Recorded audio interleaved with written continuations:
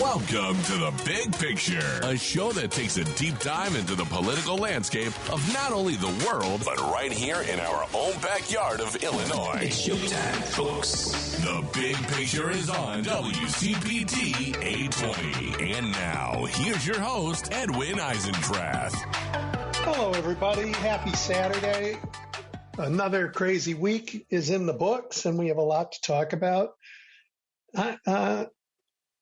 Why don't we start with, the truly horrible? What's going on in Gaza? What's going on in Ukraine? They're really, truly, truly horrible. And the slaughter, it's unconscionable. And these are Donald Trump's wars now. No matter what he says, they're his wars, his and Putin's in Ukraine, his and Netanyahu's in Gaza. I mean, sure, Trump says he's unhappy with each of these men, but as ever, it's his actions, not his words, that speak truth. I mean, Europe has been struggling, for more than a decade with an expansionist Russia. Well, for more than a generation with an expansionist Russia. But in this particular, push, more than a decade. And after successfully crushing the independence movements in Chechnya, in Moldova, in Georgia, Putin then attacked and annexed Crimea, which was part of Ukraine, and launched that secret war in eastern Ukraine.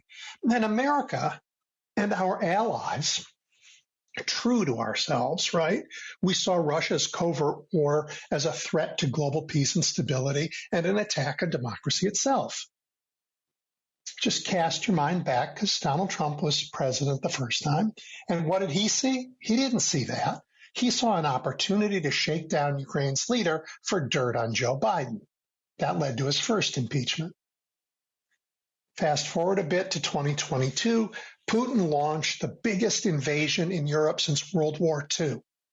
The United States and democracies around the world, again, stood firmly in opposition to Russia's cruel and unprovoked assault on an inchoate democracy in Europe. And during the Biden years, America defended Ukraine with weapons, with intelligence, and with the kind of leadership that pulled together a coalition to sanction Russia and to support Ukraine. As soon as Trump returned, that began to change. First, remember, he invited Ukraine's president to the Oval Office only to berate him on live TV, calling him ungrateful and saying, "You don't hold the cards," before ordering him to leave the building. It was shameful. And then, of course, Trump slowed down the flow of weapons to Ukraine, allowing Russia to turn the tide in the war.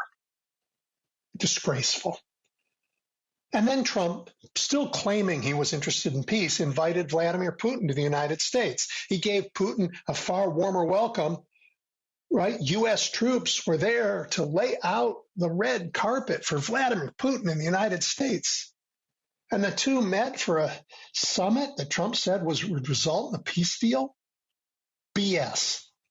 The meeting resulted in Trump switching sides again in that war, now calling Ukraine the aggressor and parroting Putin's war justifications. The alarmed leaders of our European allies dropped everything and rushed to Washington for a hastily called follow-up summit to limit the damage. And look, Europe has stepped up to increase its support for Ukraine. And while Donald Trump says he's unhappy with Putin, he continues to blame the war on Ukraine and continues to take actions that allow Putin to grab more territory. I mean, in Congress, even in the Republican Congress, people who have not crossed Donald Trump, no matter how terrible he's been, they're considering how to push for more sanctions on Russia. Because Americans want this. And yet Trump is pushing back. This week, standing next to the Prime Minister of Britain, a member of that coalition that Joe Biden drew together, Trump refused to agree to additional sanctions on Russia and instead claimed to have ended 7 wars. Seriously? Against our allies? Against his own toadies in Congress? Trump stands with Putin. Against the wishes of the American people. This is now Putin and Trump's war. Meanwhile, in Gaza, Israel is destroying an entire city. The war in the Middle East is no longer, if it ever was, it's certainly not now a measured or even a moral response to the horror of October 7th. It is now a cruel, greedy, and lawless land grab. And the center of that land grab, the White House. I mean, Donald Trump chaired an appalling meeting about the future of Gaza. Jared Kushner was there. That's the president's son-in-law, who you remember got a huge investment from the Saudis and promised not to be involved in our foreign policy because of that. But nope, he was there back in the White House, along with administration officials from Israel and Tony Blair. And you know what? They were discussing the formation of a private trust to redevelop Gaza. This wasn't a humanitarian conversation. This wasn't even a conversation about making peace. It was a commercial conversation. The Washington Post published the presentation used to guide that conversation in the White House. One slide said, 320 billion asset value by year 10 will create significant value for all involved stakeholders. Wow. Another identified a way to reduce the trust's investment. They said that was to increase the number of Gazans who voluntarily leave. Seriously? Seriously? This is inhumane and a land grab. And Donald Trump says, oh, I'm not happy with Bibi Netanyahu. BS. The fact is he could stop the destruction of Gaza and end this war. He can do that. Not as easily as stopping Putin. He can stop this war in Israel, in Gaza. But he won't. He won't because he wants the real estate. Gaza is Netanyahu and Trump's war. Americans, by huge margins, want Russia out of Ukraine and want Israel out of Gaza. We look at the bloodshed and we are disgusted. And Trump, you know what? He knows us. He knew that last year. That's why he told us he would end both wars on day one when he campaigned for office. But that promise, as all of his promises, was a lie. He still knows it. That's why he tells us he's disappointed in his partners, Putin and Netanyahu. But that, too, is a lie. The cost of these wars is incalculable. The cruelty for the people who are suffering is unimaginable. And the magnitude of the stain on America's reputation is enormous. Putin's war, Putin and Trump's war, Netanyahu and Trump's war. Oh, but he wants a Nobel Peace Prize. We have to get him out of office for the sake of the whole planet. All right, folks, let's turn to the show for today. It is a great show, and you're going to love my first guest, and I'll tell you about her in just a few minutes after a quick break. You're listening to The Big Picture with Edwin Eisendrath on WCPT 820. Well, my friends, you've been on this journey with me, and you know how terrible the Citizens United decision was, not just as a matter of law, but how devastating to the fabric of our democracy. And few have had to live with those effects in the way Ellen Weintraub has. Ellen served as the federal elections on the Federal Elections Commission from 2002 and as its chair from 2019. And when Donald Trump, abused his power and fired her earlier this year. I wanted to talk to her because I know you guys, we haven't talked much about the FEC, what it's supposed to do, what it could do, what it isn't doing, why it isn't doing it, and all of these problems that surround the fundamental fairness of and integrity of our elections. And there's really nobody better to talk to about than Ellen. So, Ellen, thank you so much for taking your time with us today. Well, thank you for inviting me. So I'm thinking about all the places we could start this conversation. I mean, we are in such a difficult place. And I want to get to all these pieces, including the abuse of power that led you to be talking to me right now instead of running that commission. But let's start with just zooming out and talking about election integrity. I mean, the right wing wants Americans to distrust elections so much they can ignore results they don't like. And yet, the right wing, through cases that you've talked about, like Buckley versus Vallejo and Citizens United, have done so much to undermine democracy and trust in our elections. How do we protect our elections? How do we sound the alarm against the appalling spigot of dark and foreign money, and yet still say our elections can be trusted? Well, that is a complicated question, and I think there are two different threads there. One addressing voter fraud and whether we can trust the mechanics of the election, and one addressing campaign finance and how the money and politics system really does undermine people's faith in the outcomes. So let me start with the mechanics of the election. I think this is such an important issue. The FEC, let me be clear, does not run elections. Elections are run at the state and local level, and therefore the president has no role in running elections either, much as he may want to. Yeah, will you say that louder so he can hear you? Well, I don't know if he's listening to me, I've tried to tell him things in the past, and, sometimes I think the mic just isn't on. But the hearing aid. It is really unfortunate. It's more than unfortunate that millions of Americans now believe that voter fraud is rampant and that the 2020 election was stolen, and there is no evidence of any of that. Our elections are safe and secure. They have been so far. And the 2020 election, as people appointed by this president attested, was safe and secure, and one of the most safe and secure ever, because everyone pulled together in extraordinary circumstances in a global pandemic to make sure that the election would work. And we had the highest voter turnout in 100 years in that election. But this myth of voter fraud persists, despite the fact that there is no evidence for it. And, I think we're isolated often in our own little bubbles. Frequently, people only talk to other people who agree with them. And it's easy to say, well, how could the other guy have won? Nobody I know voted for him. But that isn't the way elections work. It's a big country. Right. Sampling error. That's let's just talk about sampling errors. Yeah. Wow. Okay. You know 4 people. Those 4 people voted for Mickey Mouse. So why is it Mickey Mouse president? Wow. Yeah.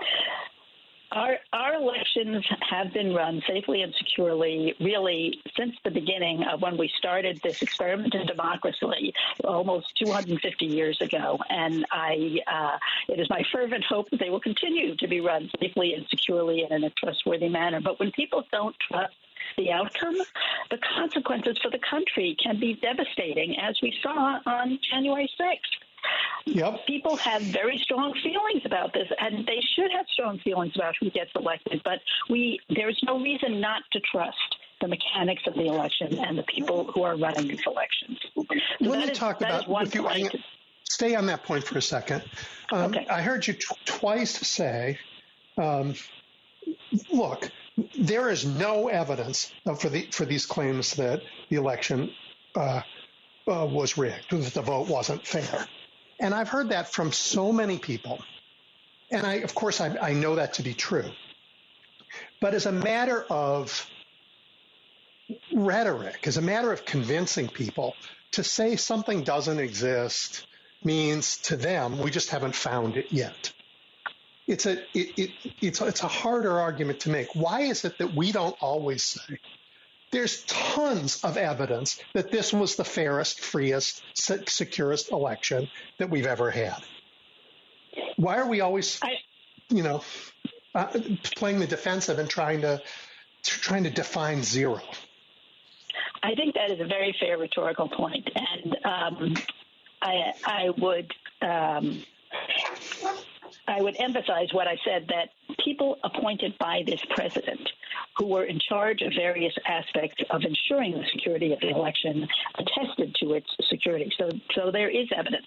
The Secretary state of Louisiana actually just did a study. They went searching for evidence that there are non-citizens voting, and they came up with practically nothing. Certainly nothing that would affect the outcome of any election. And that has been true of everyone who has studied this. And people have looked. The people who believe in this myth of voter fraud keep looking for the evidence, and they keep coming up empty. Right. It began in this part of the country, in Michigan. Yep. And they couldn't find it. There were over 60 lawsuits filed after that election trying to challenge the results here, there, and everywhere. And you think if there was any evidence to be found, they wouldn't have coughed it up before one court or another. And they couldn't come up with anything. Yep. So our elections are fair in the sense that that people can vote and the votes get accurately counted. Yes. That at least has been the case so far. Can't predict the future, but I have faith. But so in the name of the lie that elections aren't fair, the administration and their friends in Congress are trying to make it much harder for people to vote. And that's just going to end up disenfranchising citizens, legitimate voters, people who do have the right to vote, because not everybody has all this paperwork that they're trying to insist that everybody come up with. Only half of the country has a passport. And for women in particular who may have changed their names at some point due to changes in their marital status, they would have to come up with not only a birth certificate, but a marriage license, maybe a divorce certificate. People just don't have access to that kind of paperwork all the time, and it's an extra hurdle. Putting hurdles in front of people when they're just trying to exercise their most basic right, which is the right to vote, is just going to end up disenfranchising perhaps many people. Until recently, it was unconstitutional, but who knows what this court will do? You I think know better than I would. This SAVE Act and the president's, executive order, which is not law despite the fact that he said it out loud. He doesn't get to make reality just by saying it. That changes how we register to vote. There was one of our states actually did something like this, and it was a disaster. Well, I am more of a campaign finance person than the mechanics of the voting technology. So I don't want to claim to be an expert on how every state in the union is running their elections. Okay, well let's get to the finance stuff, because that was the second strand you were going to talk about. Yes, money and politics. And this is a really interesting time to be talking about money and politics. The Supreme Court has been so protective of people's right to spend money in politics, virtually equating it with their free speech rights. And at a time when we are really seeing free speech rights come under attack, I'm very concerned about attacks on the First Amendment, on people's First Amendment rights these days. What the Supreme Court has been so protective of is the money that is spent. And that means that we now have a system where billionaires are out there spending hundreds of millions of dollars trying to ensure that only the people that they like will get elected, that only the people who will not regulate their industries will get elected. Now, money's not everything. People have won despite tremendous amounts of money being spent against them, and some people who have spent tremendous amounts of money trying to get elected have fallen flat. But it is influential. It can be influential. And, I happen to believe that money is not speech, that people who have more money should not have more speech than everybody else.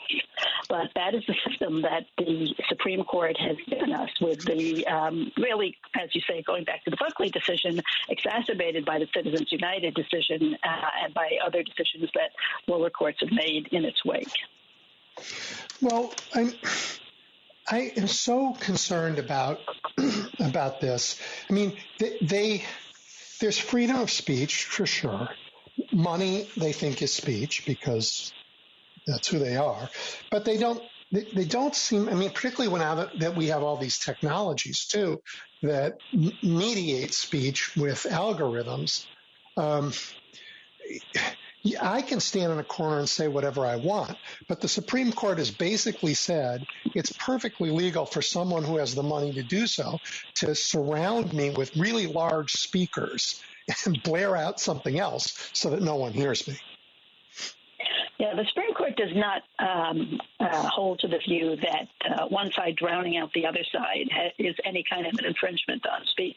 Although, plainly, as you pointed out, it really can be. And you don't even have to be literally drowning them out. If you're standing on your street corner on your soapbox and talking to just the people who are within the range of the sound of your voice, and somebody else has huge loudspeakers or owns a social media platform, for example, and is in charge of the algorithms that make sure that certain voices are heard more loudly than others or circulated more widely than others, then you two are not you don't have equal rights to get your point of view across, and you don't have equal access to get your point of view across. And in the long run, the voters on the other side who are trying to hear all of the information and make informed decisions are disadvantaged by a system where one side can have so much more money than the other side.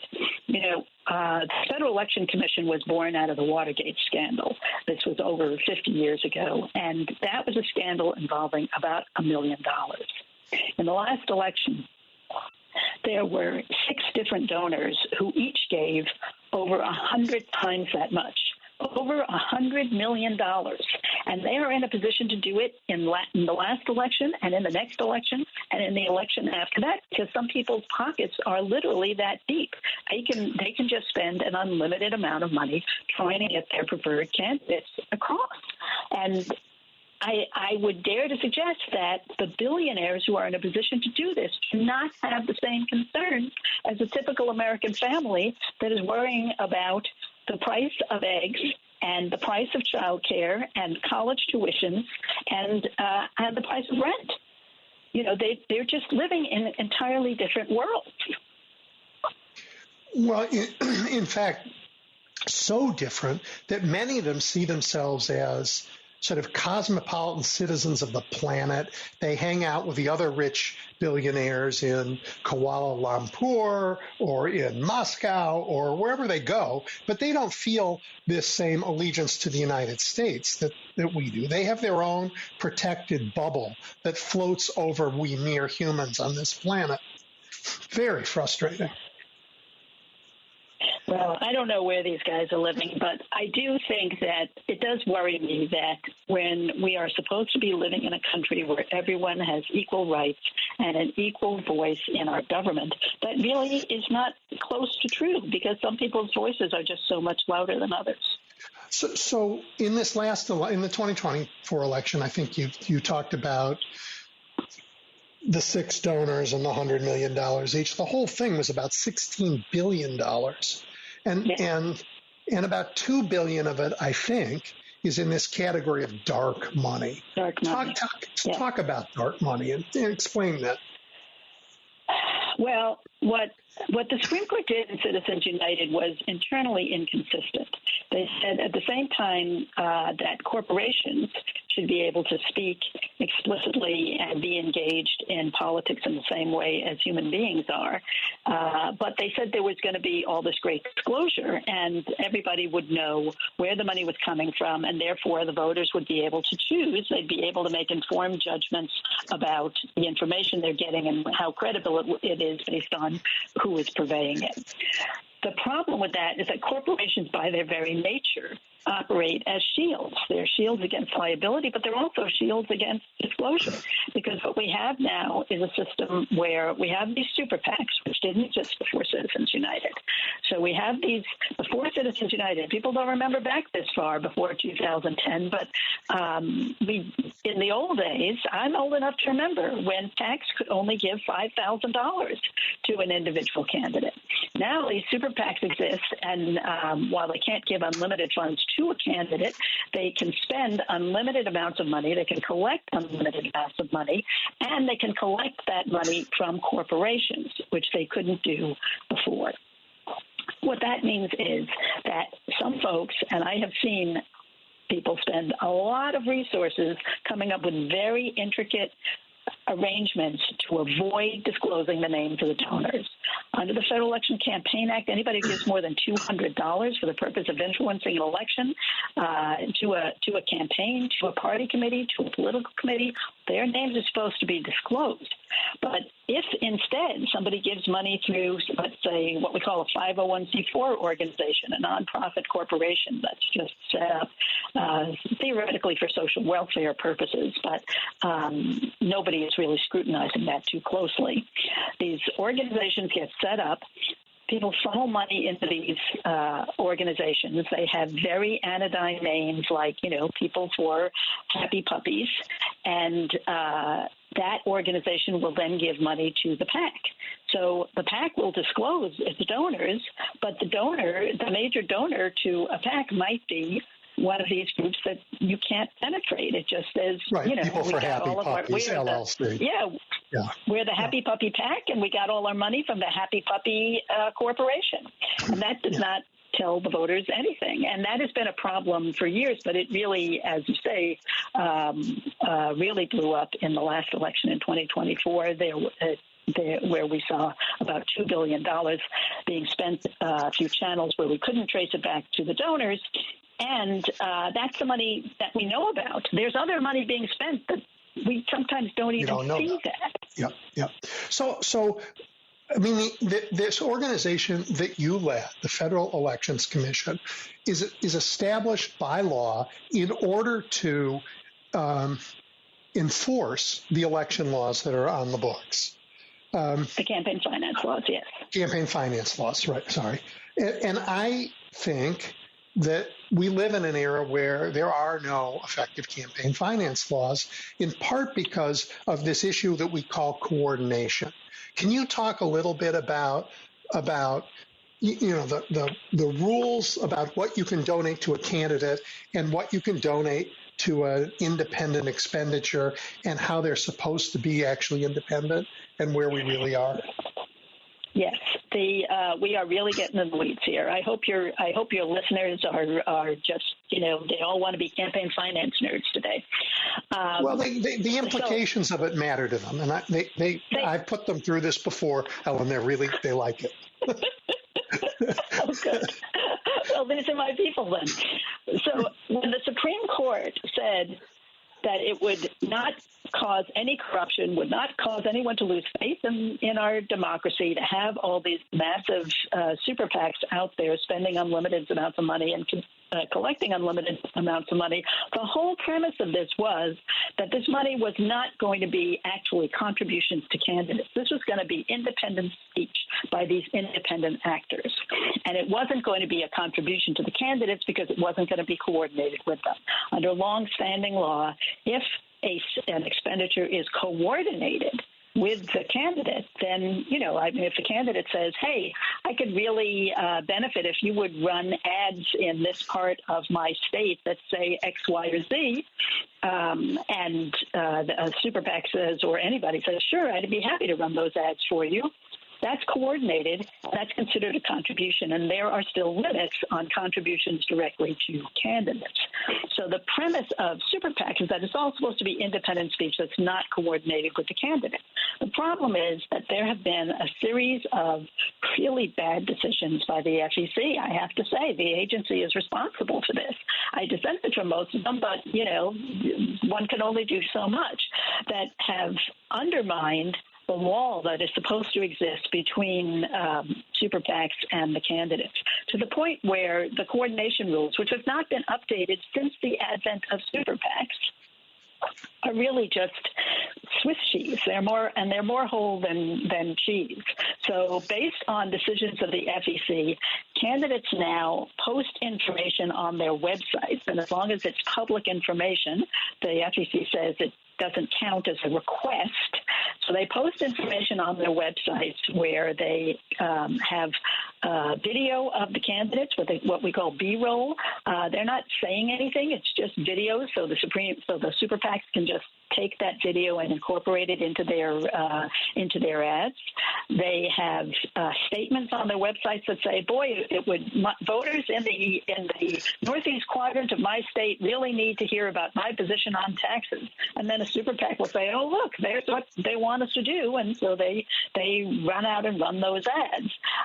And under a recent decision that I was very disturbed by, the FEC said that it was okay for a super PAC to coordinate, to directly work with a campaign on their get out the vote efforts and to print literature and to do all their door-to-door work, and that wouldn't count as coordinated because, and again, we're really getting in the weeds here, because the communications themselves didn't qualify, according to this group of commissioners, as what we call public communications, despite the fact that there's printed literature, they go out with scripts, but because the individual conversations might have their own individual aspects, they said, well, that's just a series of individual conversations. It's not a group effort to convey that particular message. So, and we saw this and I have to say, this decision, that particular decision was in response to a request by a Democratic group. But boy, Elon Musk sure ran with that after the commission put that decision out, and it was plainly, I think, very ill-informed. So the FEC made these decisions, but the net result is really that the contribution limits that are in the law are really not limits anymore. They just are a direction that you have to find a way around them. And here's the sign. Everybody knows where it is. Please follow this detour. You can get around these laws now. And that's very frustrating. I agree with you. I think these are terrible decisions, and they undermine the entire premise of the Citizens United decision. And I don't know if this were presented to the Supreme Court again, if they would acknowledge the reality of what is really happening out there. It was an unrealistic assumption from the get-go, but in practice, it has really fallen apart. There is no independence between what the super PACs are doing and what the and what the candidates are doing. And if again, the whole premise of contribution limits is that it can be corrupting to the candidate. And this is the doctrine that unlimited contributions to the candidate have an inherent risk of corruption. Now, there's another case up before the Supreme Court that's coming up, and they might pull back on that. For all I know, they're going to throw out all the contribution limits. But the premise of this is that it is all supposed to be independent, and that is plainly not happening. Nope, not happening. So was there ever any campaign finance law that would apply to this hypothetical? I am an anchor on, hypothetically Fox News, and I am regularly in contact with, Donald Trump. And we talk about his campaign, and then I go on the air and turn my show into ads for his campaign. Is that ever covered in the law? Well, the Federal Election Campaign Act does have a media exemption, and I think we want to be really careful about saying that folks who are covering the president can't talk to the president and can't and use the information that they get when they put on their broadcast. I agree with you. So we want to be careful about that. And now I'm really more concerned on the other side right now. The president recently said that he thinks that maybe news shows that are critical of him should lose their broadcast license. So that seems to go to the very heart of the First Amendment. That is a very troubling bit of saying the quiet part out loud. So I am a lot more worried this week and last week about the risk of censorship from the government more so than the risk of being overly friendly with the media. Okay, that's fair.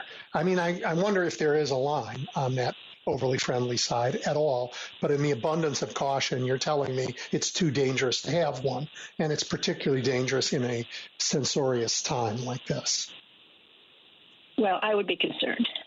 Yeah, okay. That's fair.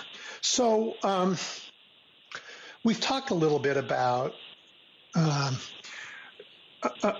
corruption, I guess. Let's talk about censorship because you were a victim of it. I suppose I was. Yeah. I don't usually think of it in those terms, but I think it is absolutely true that while the president did not tell me why he fired me, I'm fairly convinced that it was because he wanted to shut me up, and he wanted to. And it's not just me, obviously. There are a lot of people that he's trying to shut up. There is a systematic effort underway to silence critics of the president and to eliminate from government the checks and balances of having contradictory voices and having different points of view represented in the government. You know, we're going back 100 years now. I read one report that suggested that the president is trying to erase the 20th century. We have had independent agencies going back to the days of Franklin Roosevelt, and they serve an important purpose of having policies carried out by experts in their fields. The world has gotten so complicated. There is no way that any one person would be able to have all of the information they need to do the work of, say, the Nuclear Regulatory Commission, the Federal Election Commission, the Federal Communications Commission, the Securities and Exchange Commission. Nobody's going to know all that stuff. You need expert advice. You need nonpartisan experts in these commissions running, putting out regulations that are subject to notice and comment, and you need opposition voices. When I used to hire new people on their very first day on the job, I would always say to my staff, you have to tell me when you think I'm making a mistake. You do me no good if you're just a bunch of yes people who just tell me that I'm brilliant all the time and every idea I have is wonderful. That's not useful to me. What I need to hear are contrary points of view. And we are eliminating the contrary points of view from government. I was fired. A lot of other people were fired.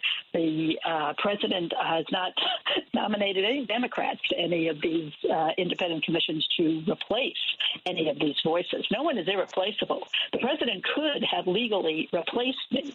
He didn't, though. He just fired me and left the seat vacant. And as a result, now there's not a quorum at the Federal Election Commission.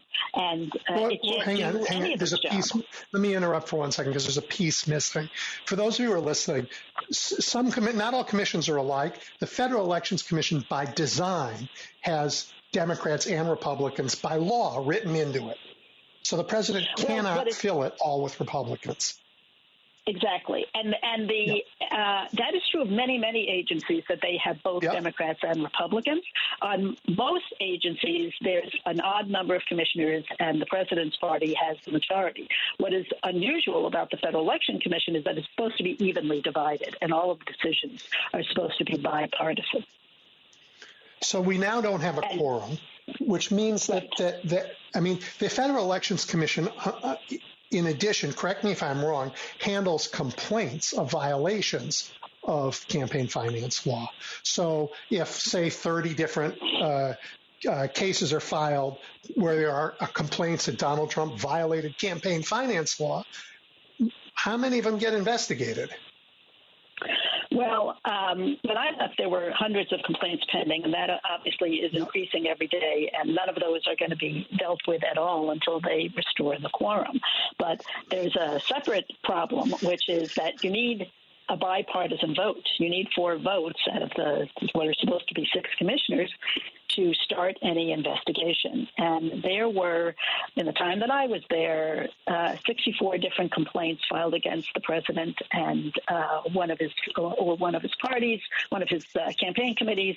And of those, not all the complaints that the FEC gets are worth investigating. Some of them are silly. Some of them are just not valid. Some of them are based on things that we don't have jurisdiction over. that the agency doesn't. But our nonpartisan professional staff thought that about half of those complaints deserved some kind of action. And there were never, not in a single one of those, could we pick up one Republican vote to start an investigation to try and negotiate the smallest fine for any of the violations that were alleged in those complaints. So it's a problem that there isn't a quorum. It's a problem that complaints are going to back up and there won't be any action on any complaints. It's a problem that nobody can get advice from the FEC either right now. But there's a separate problem, which is that this president seems to have immunity at the FEC. Now, I don't know. He could appoint other people, and theoretically, one of those Republicans that he might appoint might be willing to finally give a fourth vote to investigate something. But I'm not overly optimistic about that. Yeah. To say I'm not overly optimistic about it is to be optimistic. There's no chance, yes, well, not any zero chance. And I think that the fact that I pointed that out in one of my public statements is one of the reasons that I got fired. All right, well, let's talk about the firing, because it's also, it seemed like that's illegal, right? We're going to see this. We're seeing it with the Federal Reserve. We're seeing it all over the place. And they went up to the Supreme Court, and the Supreme Court said, independent doesn't mean independent anymore. What do you think of the case that went up there, and what do you think of the implications of the decision? Well, right now, all we have is a preliminary decision. I think it is probably indicative of where the court is going to go when it finally comes out with its substantive decision on the merits. But there are a number of folks who are suing who are somewhat similarly situated to me in that they were appointed to terms on a board or on a commission. They were confirmed by the Senate. There was some kind of protection in the law against their being fired for no reason. And yet most of these people were fired for no reason or for what I would argue is a pretextual reason. It was just trying to get rid of people. And in some cases, like the NLRB, like the FEC, it deprived the agency of a quorum. So there's various ways that you can render a government agency incapable of doing its job. You can literally try and dismember it the way that they did with the USAID, or by firing many people, as at the Education Department, or you can just simply make sure they don't have enough governing members for the agency to do its job. There is a 90-year-old precedent called Humphrey's Executor that arises from a case where a commissioner on the Federal Trade Commission was fired without cause, and the Supreme Court said that was illegal back then, 90 years ago. But there's been a lot of talk in intellectual circles about on the right about trying to get the Supreme Court to reverse that precedent, and it does look like they are going to do so. What they have done so far is when lower courts who were following precedent said, no, the president can't fire this person or that person, and they tried to reinstate those commissioners or board members, the Supreme Court stayed those decisions and said, no, wait, right. Now they haven't said much because this is all on what's called the shadow docket, where they don't really explain themselves. But at least in the short term, they did not uphold, they put a halt on lower court decisions that tried to reinstate these members of various boards and commissions. And I think most people assume that they did that because they're planning on overturning this precedent when they get around to it. And this is all part of the right-wing theory of the unitary executive, that the entire executive branch and all its power really is simply meant to be whatever the will of the president is. And I don't think that, yes, that is the theory. That was considered a fringe theory in legal circles until very recently. And now all of a sudden, a lot of things that used to be considered fringe are moving into the mainstream.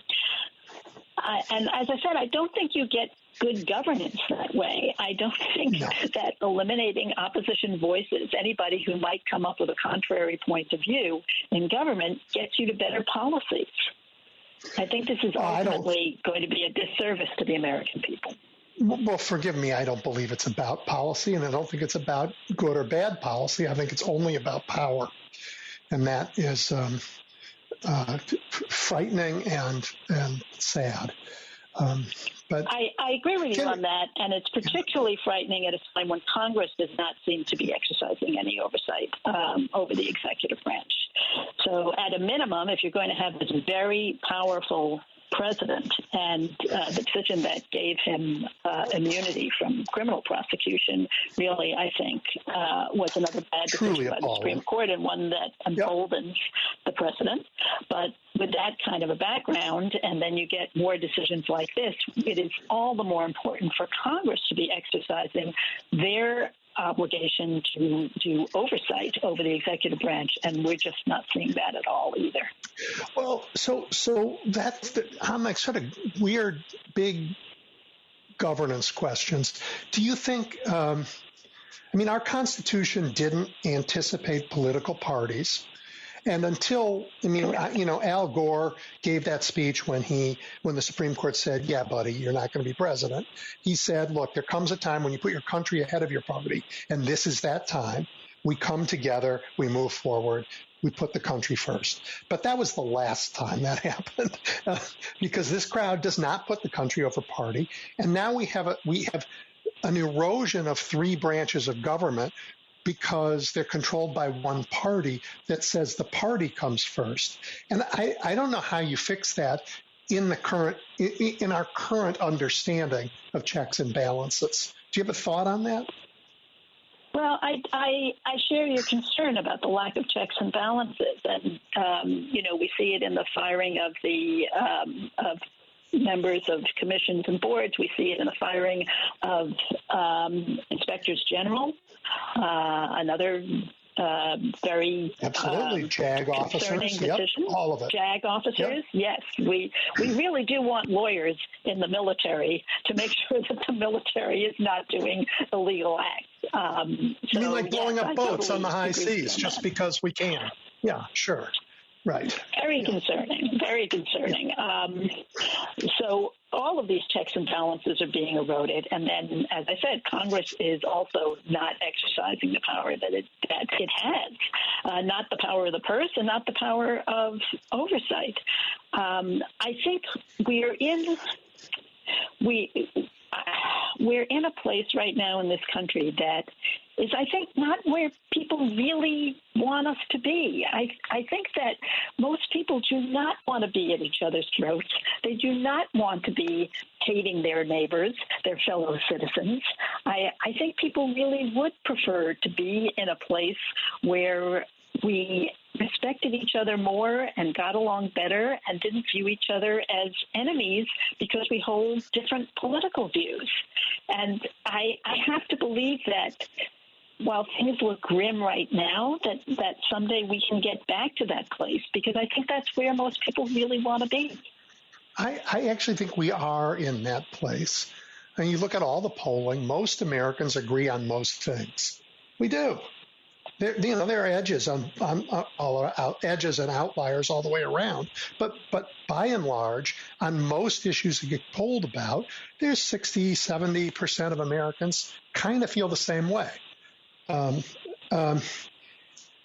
we haven't found a way to govern. Our politics is about pulling us apart and identifying how we differ.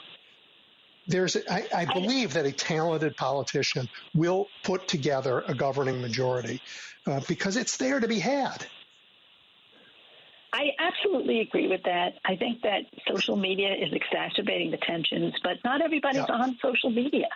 It's a misrepresentative sample. People go nuts when they see, oh, this got so many likes on social media, but that's not the real world. That's not representative of how most people think. I've been personally trying to spend less time on social media, and I think it makes me a happier person. It really is good for one's sanity.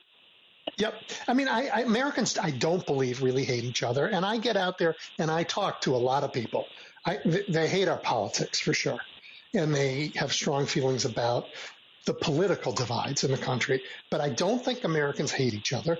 That's partly why I don't think, no matter what Donald Trump says, American military, and he threatened my city of Chicago with saying, you will know why we call it the War Department.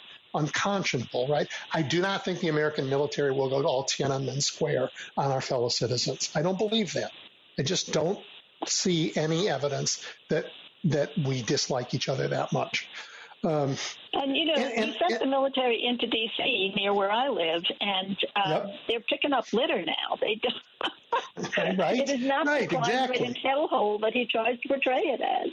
No, not at all. But something else happened last week with the assassination of Charlie Kirk, whatever you think of him. And I think that on the right, much of the reaction, the over-the-top reaction to that, I think, is a fear reaction. Because I think they have learned, this is sort of a lesson, you cannot make America unsafe for some without making it unsafe for everybody. And that hit home in the right in a way that I don't think anybody, that certainly some of the most strident voices on that side could imagine. And they can't blame it on the left. It's not what happened. They just, when you make America unsafe through, whether it's through proliferation of guns or through proliferation of rage, it's unsafe for everybody. And that's, I think, a warning that we should just, let's talk to each other. I could not agree more. I mean, political violence is unfortunately becoming more common. I fear that it is becoming normalized, that people, don't even process it as the horrific act that it is every single time. Every single time someone is a victim of violence, actually, any time someone is a victim of violence, whether it is for political reasons or not, it's a horrible thing. One's heart has to go out to that person's family and their loved ones and people who admired them. I doubt if I agreed with very much of what Charlie Kirk said, but how can one not be sympathetic to the people who cared for him and to see somebody shot down at 31, a young father? It's a terrible thing. I just hope that we can get to a place where the nation comes together to try and take steps to prevent political violence against everyone and not to blame one side or the other, because it is not a problem of one side or the other. Well, here you and I are going to part company a little bit, in that I don't think we can get to that place while Donald Trump sits in the White House, because he is not a uniter. He has had every opportunity from his first inaugural address to say, I want to be the president of everyone in the United States, and he has taken every opportunity not to do it. But that's me. I'm not going to disagree with you on that. Yeah. All right. Well, we have 2 minutes left, and if you could ask Congress to grow a spine for a week, what would be, just to restore some sanity to campaign finance, what would you ask them to do? Well, I think as you pointed out, I think we need real limits on coordination. And and that should be constitutional. That should be something that the Supreme Court. I'm trying to be real here, given I'm assuming that we're living in the world that we're living in now with the Supreme Court, and without a constitutional amendment to overturn. Then let me reframe my question. Let's focus on the court instead. Let me rephrase. Do you think that this current court is the logical outcome of a memo Lewis Powell wrote in 1970, whatever it was, 1 or 2? Yes. Short answer, yes. But let me go back to what you asked before, because I think there are things that Congress could do, even Yes, it would be better to overturn Citizens United, but short of that, we could have better disclosure laws. We could, after the practices that have grown up and the bad decisions that the FEC has made that undermine disclosure, because the Supreme Court, at least so far, has been very supportive of disclosure. They have not overturned disclosure laws. So we absolutely could address that. The Congress could address disclosure and strengthen those laws. There are bills that are out there waiting to be adopted on that. The Disclose Act, the Honest Ads Act, extend to the Internet the same kind of rules that apply to broadcast advertising. We could, as I said, we could address disclosure. We could address coordination. We could address problems at the FEC. There are a variety of structural reforms at the FEC that might make it easier to get better information and to conduct investigations, even if we leave it with a 3-3 split and the ultimate decision-making still rests, would have to be done by a bipartisan commission. One could still enhance the role of the staff so that we could get better facts in front of the commission and they could be making decisions on a full record instead of based on just a complaint and response without doing any investigation whatsoever. Ellen, we've blown through 45 minutes, and that's going to be it for us because the news is waiting to be told. Thank you for your time. I've really enjoyed this conversation, and you're terrific. Oh, well, thank you so kindly. It's been a pleasure talking to you. All right. Take care. You too. All right, everybody. That fabulous discussion was Ellen Weintraub, who was in charge of the Federal Elections Commission until Donald Trump thought differently. We're going to take a break for the news. And when we come back, we're going to stay with the federal government. Bobby Kogan, who was at OMB for a long time, is going to join me next. You're listening to The Big Picture with Edwin Eisendrath on WCPT 820. Okay, welcome back.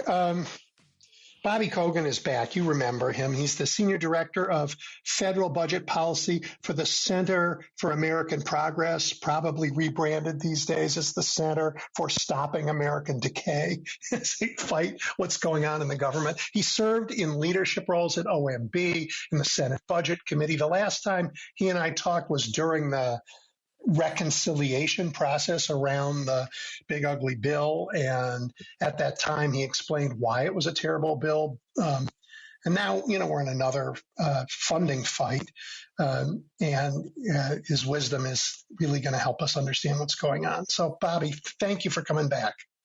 My goodness, thank you so much for having me back on, Edwin. So the funding bill, I think, passed the House yesterday. Like, what's in it? Sure. So Go ahead. we are fighting about keeping the government open right now. The U.S. is a weird structure where every year we kind of debate about a quarter to a third of the government, and then the other, 2/3, 3/4 just kind of automatically happens. And so right now the fight is this third. How much are we going to give to NASA? How much are we going to give to the EPA? How much are we going to give to housing? How much are we going to give to education? That sort of thing. And behind it all, there are kind of two issues. One, a lot of Americans are about to see their premiums increase. And number two, the president has been illegally not spending money, even though there's money in the budget for it. And so this bill that we saw under a normal time would be normal, would be fine. It just keeps things going at the rate they've been going at while we continue debating. But the issue is that on November 1st, a lot of Americans are going to see huge increases in their premiums because of a temporary measure that is set to expire. And this does nothing to prevent that. And number two, you cannot actually make a funding deal. You can't actually come to an agreement if the president says, yeah, but I'm just going to ignore the deal anyway. Okay, so I would add a third to that. So you're saying that they passed a clean continuing resolution, which ignores reality on those two fronts. There's another thing. The last time they passed a continuing resolution, it included wasn't clean. It included a provision that said the president can use emergency powers for as long as he wants. Yeah, So that's right. It doesn't clean up the thing they did the last time they did this. Yeah, that's a great addition. That's right. Last time, as you say, was not remotely clean. There were cuts to things that were important. They, eviscerated DC autonomy. They gave the president more power. They did nothing to stop it. This one, as I said, without context, it would look normal. It doesn't have any spooky provisions in it, but as you say, it doesn't do anything to undo the damage that has already happened, or that we are staring at in a very short period of time. In the very near future. And Bobby, the Democrats proposed an alternative that I think gets at the two things you were talking about. Does it?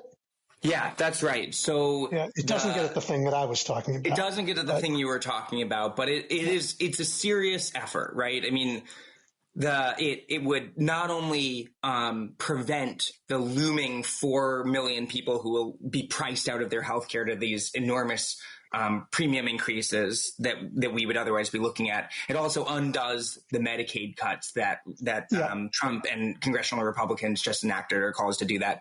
And then it doesn't technically stop all of the illegal impoundments, but it is a serious effort. There are tons of provisions. There are tons of sections in it that are all aimed at kind of curbing presidential abuse in very smart, clever ways. So it's a serious proposal among people who are actually serious about confronting it rather than just, making a show or something. But now we are stuck. Hang on. Yeah, which meant in the House, it had zero chance of getting any Republicans. So we laid this out, took the time and the energy to be serious, to find ways to say, and this impoundment conversation, for those of you who are listening, let me say it as simply as possible. We give the president 50 cents to spend on education and 50 cents to spend on health care. And he says to the country, to the Congress, to hell with all of you. I'm going to spend 75 cents on ICE, and I'll give 20 cents to education and 30, and 8 cents or whatever's left to, he just does what he wants with the purse of the United States. And that's the impoundment problem that's right. That's exactly right. It's the president refusing to carry out our spending laws. And what's so problematic about that, as you say, is that, well, the whole point of government funding is to deliver for the American people. That is the purpose of government, is to help ameliorate the vast unfairness in America. You don't get to pick if you're born rich or poor. You don't get to pick if you're born healthy or not. You don't get to pick how smart you are. There's a lot of stuff that is outside of our control. And the whole purpose of government is to make life less unfair. And so we deliver housing, we deliver education, we deliver healthcare, we deliver nutrition assistance. But if the president can say, no, I'm just not going to do it, then we haven't actually delivered for the American people. Any deal that we think we get doesn't actually deliver. So it sounds like it's this boring process-oriented thing, but it's actually about ensuring that Americans really do get their housing. It's about ensuring that Americans really do get their health care, really do get their food assistance. It's about ensuring that the rule of law is meaningful. Because if Congress passes a law that says 50 cents is going to education and 50 cents is going to health care, that's the law. The president says, forget it. I'm going to spend 75 of that on ICE. That is extra legal. That is not what the law says. And I don't, there's a brilliant man a couple generations ago in Chicago had a great business. He said, you cannot make a good deal with a bad partner. Can't do it. And I don't know how you do it with, is there a way? You said there were some smart ways. Is there a way in a funding deal that the first branch of government can force compliance in the second? So there are a couple things that they're doing that are very smart. Most of the funding we have, most of the programs, the way the funding works is you have only a period of time to use it. Think about it like when we fund stuff, it's like we gave the government a credit card with a credit limit, but you have to use it all. And but that credit card will deactivate after some period of time. Even if you didn't use it all up, it'll just deactivate. It only works for some period of time. So one of the things that Trump is trying to do is to run out that clock and wait for that credit card to deactivate. So one of the things that they're doing is saying, okay, we're going to increase the time period where you can use that credit card. So that buys more time to go through the courts and, to kind of have these things work. So that's one of the approaches they're taking. Another approach that they're taking is the mechanism through which the Trump administration is currently illegally not spending. They will mute that by force. So I said it's like a credit card. We give a credit card, but there's this crucial key step where even though we've given you a credit card, the White House itself needs to activate the credit card, and it has either been refusing to activate the credit card or has been putting conditions. They say, we'll activate the credit card, but you have to do it this way. And so they will force an activation of the credit card. Now, that doesn't solve all the problems, but those are two very real ways that we're going after, going after, ways that they've been messing with this. And then another thing they've done, they've just used this, it's illegal, but they've used a pretext of a law that was, I think unclearly drafted to claim that they were just going to run out the clock on that period of availability. And they clean up the law to kind of make it really clear that you can't do that. So there are a whole bunch of ways that they are trying to go after the president's illegal actions. Yeah. Obviously, if the president is dedicated to breaking the law, he will continue to break the law. But I think these are very... His position's been clear, Bobby. He's going to do what he wants. Yeah. It's totally right. It's not... I think, Edwin, did I lose you? No, you're here. Hey, Bobby, are the taxpayers paying for the renovations to the White House? We will have to see. The president claims that they're not paying for it, but we will see in months from now when we get all of the data on what the government has spent money on, where the truth really lies. There's also a secret third option that the president is, corruptly kind of trying to force private actors to pay for it through. We're going to talk about that in a second. But before we get to that corrupt stuff, I just don't understand. And you've been in this, so you know what it's like. But if somebody dropped me in the Senate, I would be saying, I'm not passing a bill. I'm going to make sure that the law says not a dime can be spent on his White House. Not a dime can be spent on his airplane. On, refixing that plane that the Qataris gave him. And I would just lay out those things of his and saying, you can't spend money this way. Forget it. Not a penny. And why don't we do that? Yeah, that's right. I mean, this is a measure that goes after a handful of things, but it doesn't stop a lot of the corruption that is going on. It doesn't stop kind of the wheeling and dealing. It doesn't go into stopping kind of the stuff that's just for Trump. There's lots of room. There's lots of room for additional provisions that are, I think, targeting the administration. I'm asking you a political question. Why is it that we aren't? There can't be anything unpopular about saying taxpayers aren't going to spend $1 billion to retrofit a plane for Trump after he's president. Why is that not just something that we do? Because Americans would love it. And if we're going to have an argument with the Republicans about a budget, why don't we? I mean, they used to do that to us about provisions that were important but unpopular. Here we have things that are personal, unimportant, and unpopular, and we're not doing it. Yeah, that's right. I mean, it's totally right. There's a lot of great provisions in this bill, and there's lots of room for improvement. Fortunately, we have plenty of time for improvement, right? I mean, the Democratic version went up before the Senate, and the House Republican version went up before the Senate. They both failed. Neither of them even got 50 votes, and so that means there's room for changing, room for compromise, and it means that they're going to have to look different for us to go forward. Yeah, if we go forward. Okay, beyond funding, if Congress were serious about making Trump follow the law, they do have a lot of power outside of funding. But right now, they're asking the Dems to give them the money, really without, I don't know, or they're not even taking measures to say Russ Vought should be removed from office. Right, that's right. if they wanted to be maximally powerful, you can impeach and remove the OMB director. You could do penalties, right? One of the things that this bill goes to try to prevent, but it doesn't do the penalties, right? You could do something such that it looked like any executive branch agent who is involved in impoundment will have their salary set to zero, or whatever. Right? There are tons of things that you could do if you were trying to do maximal leverage, and those things aren't in here. As I say, I actually did that once when I was a Chicago alderman, and it worked. Yeah.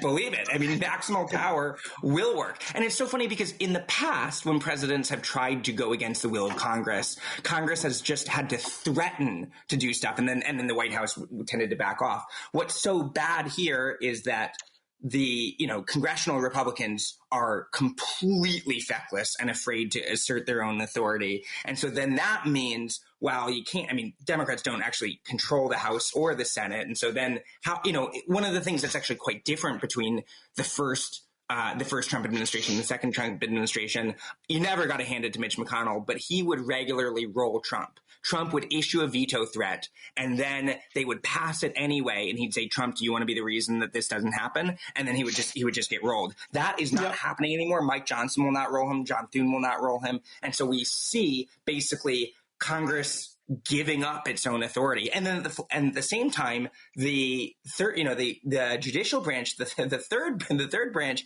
is also muting its own authority. Right? They are, the Supreme Court is limiting all sorts of actions that can be taken. Yeah, Supreme Court has gone to war with lower courts for sure. Totally. All right, so let's talk about this. Let me move to this. So like last week, oh my God, Americans saw abuse of power out of this White House so clearly when the FCC threatened to pull broadcast licenses of media organizations unless they fall in line, and Disney, of course, and Nexstar, the largest owner of TV stations, fell in line, and Jimmy Kimmel got fired.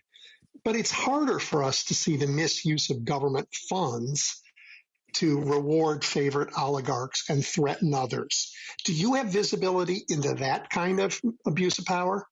Yeah, so we're starting to see more and more of this. I think in the beginning, the Trump administration was just not spending money, and there's still a lot of that going on. But we've started to see more and more kind of grants go towards the people they like and not go to the people they don't like. They have been withholding grant money, obviously famously withholding grant money from colleges, right? We see that unless the colleges do what they want.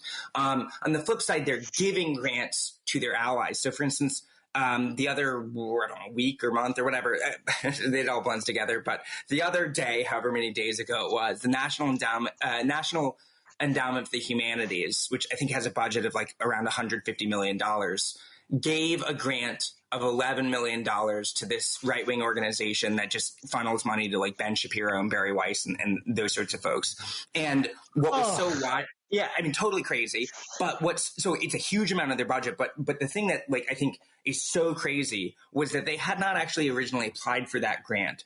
The Trump administration reached out to the group and said, hey, please apply for this grant and then we'll give you the money. And then they just gave it to them. Right. So, that kind of thing that we see is a fundamental feature of European style fascism in the 20th century, where you use the government in all ways to reward your allies and to harm your enemies. You do that obviously with the judicial system, where we see, Trump wants to go after the AG, Letitia James, who successfully sued him. And so he fired the person who didn't want to bring criminal charges against her. We see this with, if we don't like you, we're going to force you off the air and you have to do what we say or we'll hurt you financially in some way or the other. And we see it here directly with the government funding. We won't give, the high school that I went to, I went to a magnet school. Magnet schools get government funding, and just the other day it was announced that the Trump administration is going to be withholding the funding that magnet schools traditionally get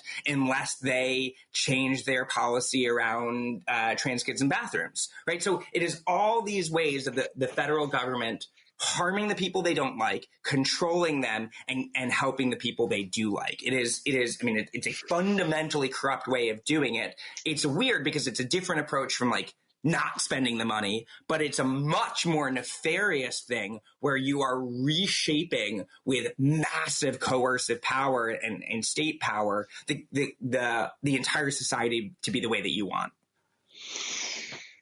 Yes, that's why we call it totalitarian. It's total. It's total. That's the word, why the word is in there. So you're beginning to see that. I mean, it's not reported that much, I mean, this attack on free speech was and is sort of obvious for people, but you have to be in the weeds of funding to see the abuse of power with the enormous amount of money the federal government has. Yeah, that's right. You have to be directly tracking the grant making. And so we see some for people, organizations that were supposed to get grants and didn't, right? We see that all over on the research side where the Trump administration has been canceling grants. But then it's much harder to track the you almost have to look like a crazy person getting all the strings and all the dots and everything to track where all the grants go before you can start to create, see the whole structure and talk about what's going on, unless you have someone on the inside whistleblowing, which we have some of, but obviously the more and more the Trump administration purges anyone who does not bow down to dear leader, that's you're going to have less and less and less of that kind of internal reporting. For the Ukraine stuff in 2019, when the thing that got Trump impeached the first time was he illegally refused to give money. We'd appropriated money. He impounded defense money. He impounded this money. It was supposed to go to Ukraine for them to get Javelin missiles to help protect against a potential future Russian invasion. And the Trump administration refused to give it out. And that was the perfect phone call.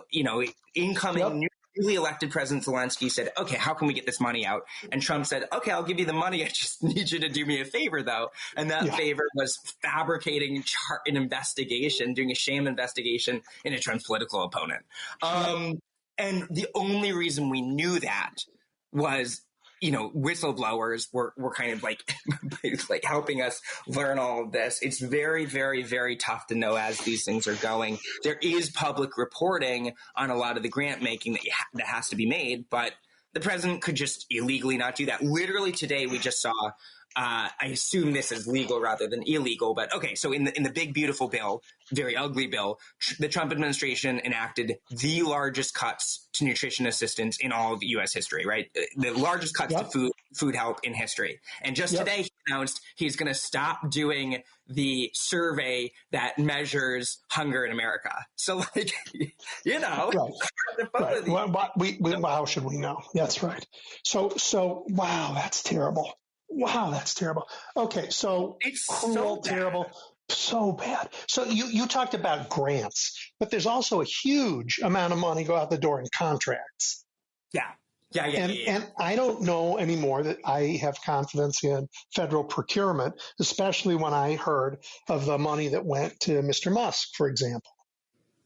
Yeah, I mean, it is a staple of 20th century non-democratic states to do contracts with your buddies and not with the people you hate. And you bankrupt the people you hate, or you just throw them in jail. And you prop up all the people you love who then help you out, right? That is exactly what they have been doing. And it's what, absolutely we expect to see more and more and more and more of this. We are a little more than 8 months into this administration. We have a long way to go. I shudder to think what our spending, what our budget will look like 3 years from now when they really have it down to a T. A lot of this stuff is tough for them to change because so much of how budget execution works is, I don't mean this negatively, but it's bureaucratic. There's a specific way and system that we do it. And so upending that takes time, but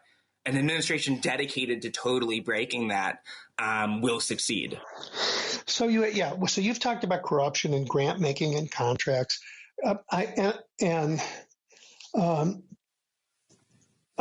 also it's happening in sort of the direct spending that the government does, because they can just say, I'm not spending anything on salaries in the Department of Education.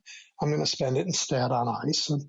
So it's all of it is an attempt to transform America, not to make us great again, but to end our democracy.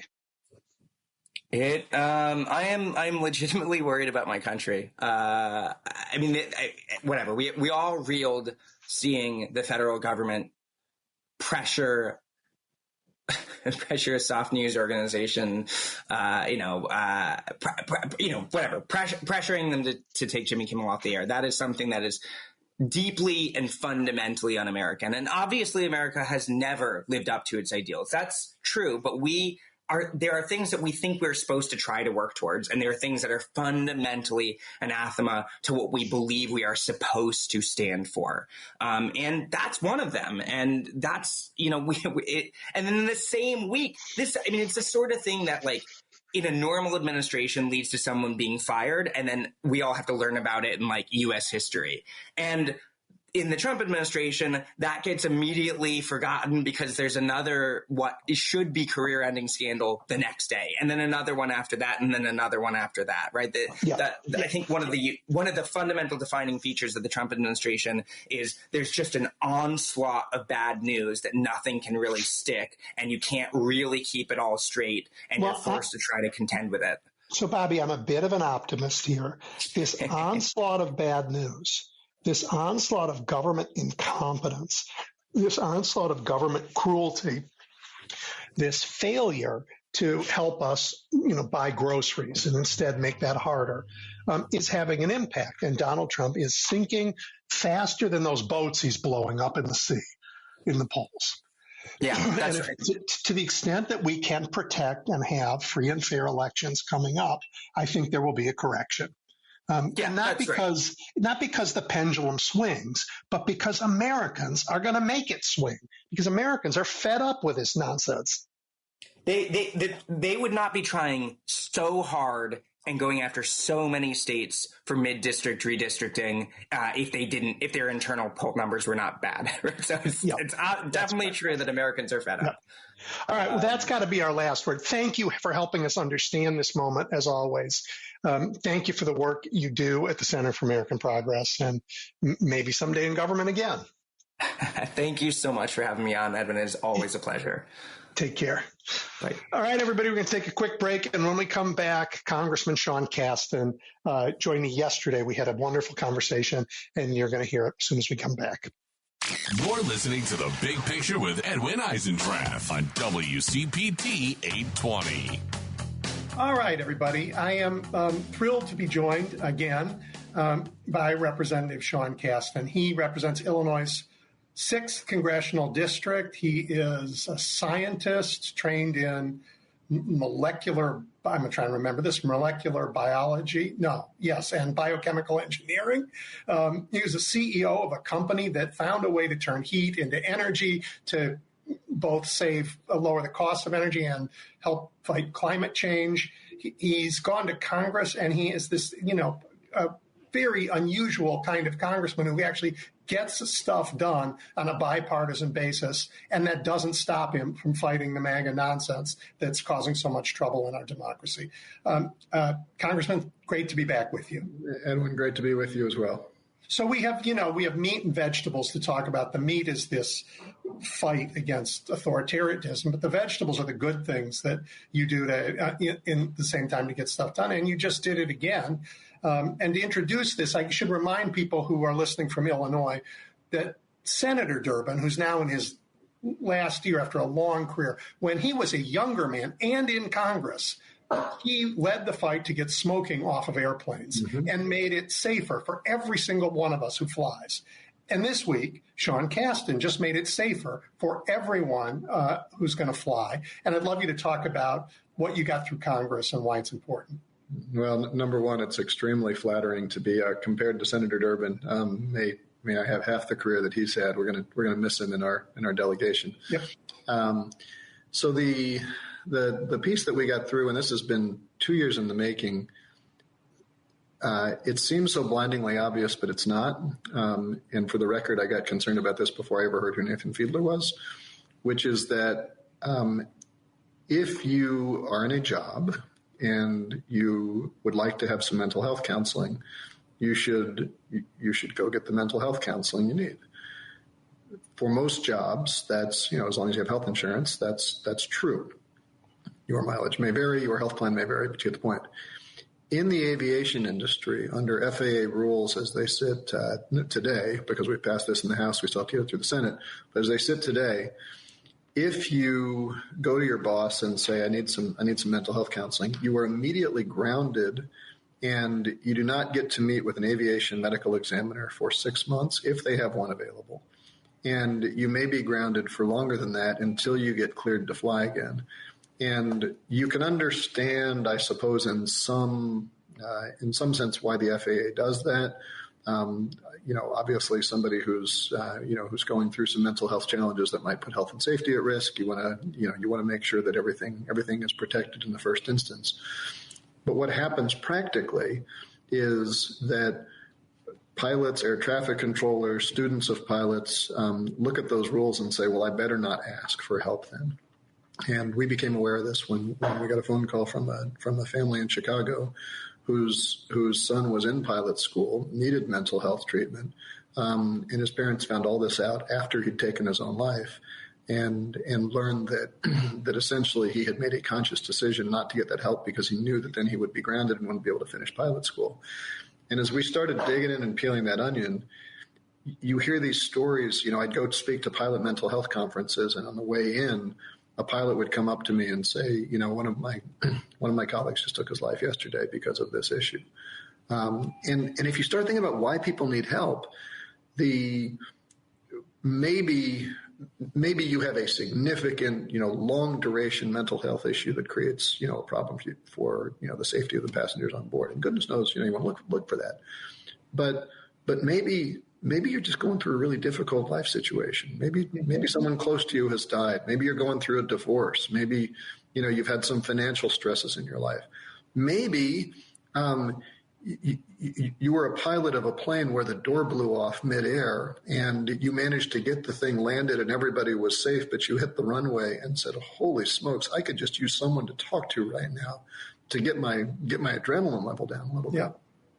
All those people are not asking for help. And so what we did, and we got it done with Pete Stauber from Minnesota on a bipartisan basis, got it unanimously through the Transportation Committee and then unanimously passed on the floor, is the Mental Health and Aviation Act that says, number one, you will not be penalized for asking for help. If you ask for help, we will provide resources to the FAA to increase the number of aviation medical examiners so that they can get you checked out right away. No change in health and safety, but take the stigma away from this, and then also make sure that we publicize that these changes are going to go through in the program. There's more pieces we need to do. There still are a bunch of issues with medication and reimbursement rates. The job's not done, but it's just we want our skies to be safe. We want our pilots to be healthy. This shouldn't be controversial, but we have to change FAA rules to do it. And so that's what we did on the floor last week. It is remarkable to get anything done in this Congress. Anything done. It doesn't matter that it is that it should be obvious, because a lot of things it should be obvious that some of your colleagues can't see. So I think it's really great. And well, you haven't said, but I'm sure it is true, it takes an enormous amount of time and work and personal conversations with your colleagues to build the coalition that lets something like this go through without somebody saying, I can grandstand on this. I can say, no, real men are tough, and that's who we want to be. It takes it's a lot to make that. And in fairness, I think the process has been refreshing that, mental health has been significantly destigmatized. Pete Stauber, my Republican co-sponsor, represents Duluth, Minnesota, used to be a cop. Yep. He's been very open about the challenges he went through working in law enforcement, of needing, goodness knows, a job that's going to create some stresses, and needing mental health counseling. And, is able to talk about that in a personal way that I think, you need to do to normalize this stuff. And I should also mention, I don't want to be overly critical of the FAA. We started this process 3 years ago. The FAA did finally change their rules, but they didn't have the resources to add AMEs. They didn't have the resources to market this program. And the nature of their rule change had a lot of mays where you'd like the word to be shall. And so we needed to do this to get that done, but it has been a long process. And I suppose the last thing I'd say about this, you may want to talk about it more, but just for your own listeners, I am not a pilot. I'm not on the committee of jurisdiction. This is not an issue that I have any personal familiarity with, the way the Congressman Stauber does. This all came because someone called our office and said, I've got a problem. Can you fix it? And so, as you think about, whatever you're going on in this moment, we do listen. When people say, if there's an issue, call your member of Congress, your senator. You have more power than you appreciate, as long as you're not asking for crazy stuff. Yeah, well, I think it's a great story, and I think we need to hear about stuff that works. We do. So let's change the subject, I'm afraid, and talk about some other things, because immigration is a huge district. Your district is home to lots of immigrants. I think I read, I'm probably close to right, if not exactly right, that English, then a language other than English is spoken in about a quarter of the households in your district. I guess, we have ICE raids going on in Illinois, and Secretary Noem showed up for a video shoot like she does. And an immigrant was killed by ICE not far from your district this last week. What do you make of all of this here? It is. I have to do my best in all these to try to not use the foul language that would express my honest opinion of Kristi Noem and some of the other folks who are doing this.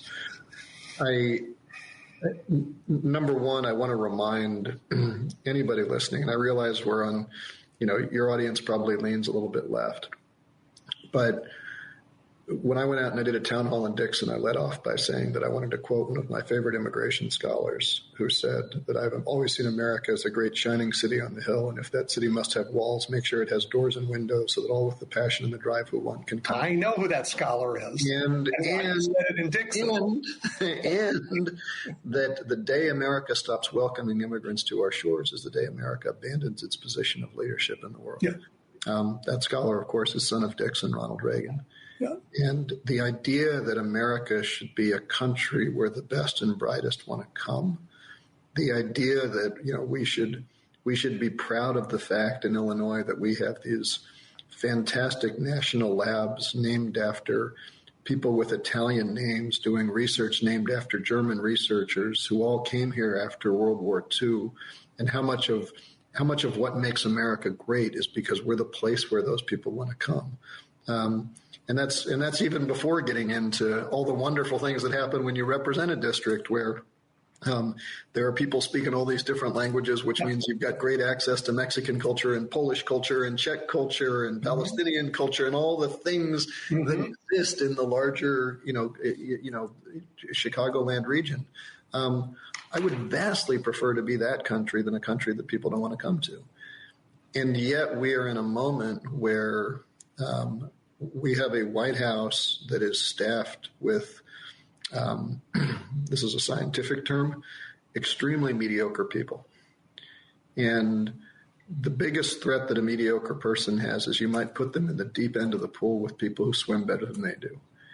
And so this push that you've seen, whether it's against DEI and hiring initiatives that would put more talented people in the pool than you are, this push against market competition that says let's shut down offshore wind facilities in Rhode Island because that facility will provide cheap power to the grid that could undercompete energy sold by some of my more mediocre colleagues, is all part and parcel with the clamp down on folks who are in this country. And look, there's this narrative that, like, if you're an illegal immigrant, you broke the law and you shouldn't be allowed to be here. Understand who those people are. These are people who may have come here totally legally on a student visa, fallen in love with someone, started a family, and then the relationship didn't work out. And so they are now here with a completely legal child in an uncertain legal status. They may be someone who came here because they some folks my family's personally been involved in, some people who came over after the war in Afghanistan, who helped our troops came here to get away because the incoming government in Afghanistan was not supportive of people who'd helped the American troops. These people worked with our military as translators, came here under temporary protective status, but do not have full status yet. They may be the farm workers who, prior to the Bracero program, traveled north and south to follow the crops, and it was no different whether they were traveling from Texas to Wyoming than whether they were traveling from Mexico to Texas. They were just following the harvest. That used to be a completely legal activity, and now that's deemed as no longer legal, but we still need our crops harvested, and those are still the people who know how to do it. Those are the and let's not forget the dreamers, right? The people who came over here at a young age who we told them, if you disclose your circumstance, you don't commit any felonies, you are a good citizen, we will give you a path to citizenship, which means those people's names are now in databases that they provided to the United States government because they took us at our word. And don't forget all those workers in that plant, those Korean workers who were here because we asked them to come and set up a plant in our country. Exactly. And this is not to say that there are not some bad people who come across our borders, but of the 14 million undocumented folks in the United States, the overwhelming majority fit into one of those buckets of visa overstays, farm workers, dreamers. That's the majority of who that is. So when we decide as a government that we are going to, go back on the word that we gave to people who came over here under temporary protective status, people who came as dreamers, and that we are going to,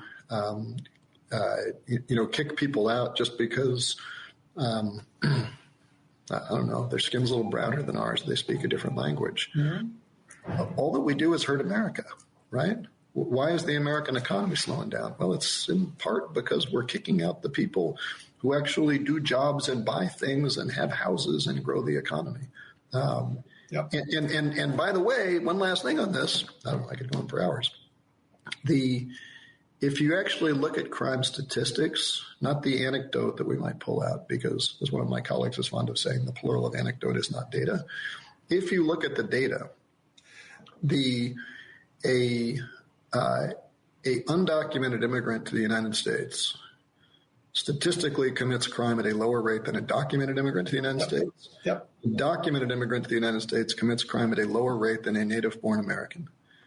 That is entirely unsurprising because it's also entirely not the narrative we're getting from our federal government right now. No, exactly. And so I'm all for fighting crime, but let's send the cops to the neighborhoods where crime is likely to happen. And so a part of what, when we send troops to the mall in Washington, D.C., when we send troops, to Broadview as happened today, you're sending them to low propensity crime areas, which means you're taking them away from areas where the crime could be happening. Well, so let's just let things go wrong, and things went wrong, and a Mexican citizen, I guess, was killed here, not far from your district last week, by ICE. The ICE guys said, we stopped the car. He panicked and ran. He hit one of our officers. He dragged the officer. He dragged the officer behind the car, and the officer shot him and killed him. I'm imagining being dragged behind a car and having the wherewithal to pull out my gun, aim it, and kill a guy. I doubt their story. But leaving that aside, who's going to hold them accountable? And I just don't even know. I mean, asking you, not rhetorically, but really, I just don't understand in the federal government. Is this supposed to be, does the Inspector General for HHS look at, excessive use of force by ICE agents in the same way that a civilian oversight panel does of use of force cases in a city like Chicago? I mean, look, not to be pejorative, but the President of the United States is a 34 times convicted felon. Yeah, right. It is not going to happen. He has surrounded himself with people whose qualifications to their job is not that they are good at their job, but that they won't stand up to him. Yep. And that's a real problem. Congress should be doing oversight. Congress should be holding them accountable. We are doing everything we can as the Democratic minority to do that. But ultimately, on the committees I serve on and all the committees in Congress, it takes a majority of the members to vote to subpoena someone. Yep. And as long as the Republicans are more concerned about what happens if they stand up to Trump than what happens if they don't stand up for our democracy, we're in a pickle. I take some modest, soft encouragement from some of the criticism you saw in the Senate of RFK, from the fact that we actually have some Republicans who think pedophilia is bad and we should release the Epstein files. I don't take that to conclude that we're getting bipartisan support on the issues. I take that to conclude that the collapsing support for Donald Trump nationally is causing some of my Republican colleagues to think, I don't know how much longer I want to hitch my wagon to this train. Yeah, I thought, prolonged popularity in the 30s would do it, but it hasn't done it yet. But we'll see. No, I'm not sure. I mean, if you look at the average of all the polls, I'm not sure he's in the 30s yet. He's getting close. Yeah. But I think also the areas where Trump has historically been strong, he's deeply underwater now. He's under the water on the economy. He's underwater on immigration. Yeah. And so these issues where I think he has certain animal instincts. I would never say he's not a smart person, but his intelligence is very animal instincts and Epstein in the same paragraph. Yes, but I think he instinctively understands that people don't like him. Mm-hmm. And he's very good at changing the narrative, and so I mean, this is a horrible thing to say, but in certain ways, I think Donald Trump is really happy about the Charlie Kirk situation because it caused people to talk about something other than Jeffrey Epstein. That's horrible, but I want to back up to your ICE issue. Yep. Why Republicans are doing this, why Trump is doing this, we can pop psychologize all day. The consequences of what's happening, and I think about this in the situation with the story of the shooting last week. Yeah. If Americans, whether documented or otherwise, walk down the street and they see somebody who is a member of a federal law enforcement branch, who is armed and has the jurisdiction to use deadly force, and they question whether or not that person is committed to carrying out the law equally and applying it to all people equally, the rule of law kind of goes out the window, mm-hmm. right? And I'm not justifying or condoning acts of violence against law enforcement. I'm not for a second suggesting that. But if you think that law enforcement isn't your friend, what would you do? Well, we have examples. You didn't have to attack, but are you going to go to that person and say, hey, there's crime going on down the street. I want to let you know about it. No. Or are you going to keep your head down? Well, we have a lot of policing is not new in America, and there are communities, and Chicago's got plenty of them, where police over their the history of policing of Chicago have been very abusive in some neighborhoods. And we've spent years trying to overcome that by rebuilding trust. It's one of the reasons why there's civilian oversight of use of force incidents now to help rebuild trust. And it does work to rebuild trust. It's also part of the reason why, a lot of folks you talk to in law enforcement do not want ICE, do not want to be asked to enforce immigration policy. Right. Because these are folks who know that in order to do their job, you need to come to me and notify me when something's going on. Yep. Not worry about whether I'm going to first ask whether I can arrest you for some other cause. That's the essence of community policing, right? Yep. I represent a lot of I represent Mount Greenwood and Beverly. I represent a lot of police officers. You do. Yep. And the sure. I mean, there's bad apples in any discipline, but the overwhelming majority of these people are good people who want to walk down the street and be recognized by the people on the street. Hey, officer, how are you? What's going on today? Thank you for being here. There's a good relationship.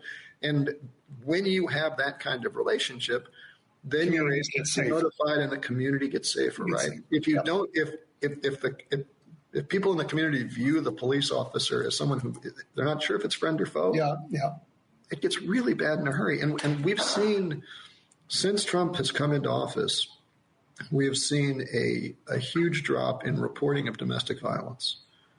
That is not because domestic violence is going down, but because if you are a person who's in an abusive relationship and you want to get safe, it's one thing to say, I need this person to be, I need to be safe from this person. I need housing where I can feel safe. I need resources where I can feel safe, but I still need that person to pick up their end of the rent. That's another question when you say the process of doing this may get that person deported where I now can't raise my kids. Yeah, that's really so think about the consequences that go. Put yourself in that circle. And they're all bad. Right. All right. We have a little bit of time left. I want to change the subject because you're a man of science, and I guess you can answer this question by talking about America's imperiled healthcare with RFK, or what's going on at the EPA. But what is this administration doing to, as you said earlier, the plural of anecdote isn't data. What are they doing with scientific data? What are they doing with science in this government? Is it just being replaced by ideology? Largely, yes. And I mean, look, measles kills kids. Why are we not making sure that kids don't get measles? Right. I wasn't fond of Trump in his first term, but I'll give him a tremendous amount of credit for Operation Warp Speed, for mRNA vaccines that made a huge difference. I mean, the fact that we got that under control as quick as we did was because of that science. And now we're shutting down mRNA research. There's nothing good that comes of that. And this is not a defense of the administration, but I would just point out that knowledge and truth has always been a political endeavor.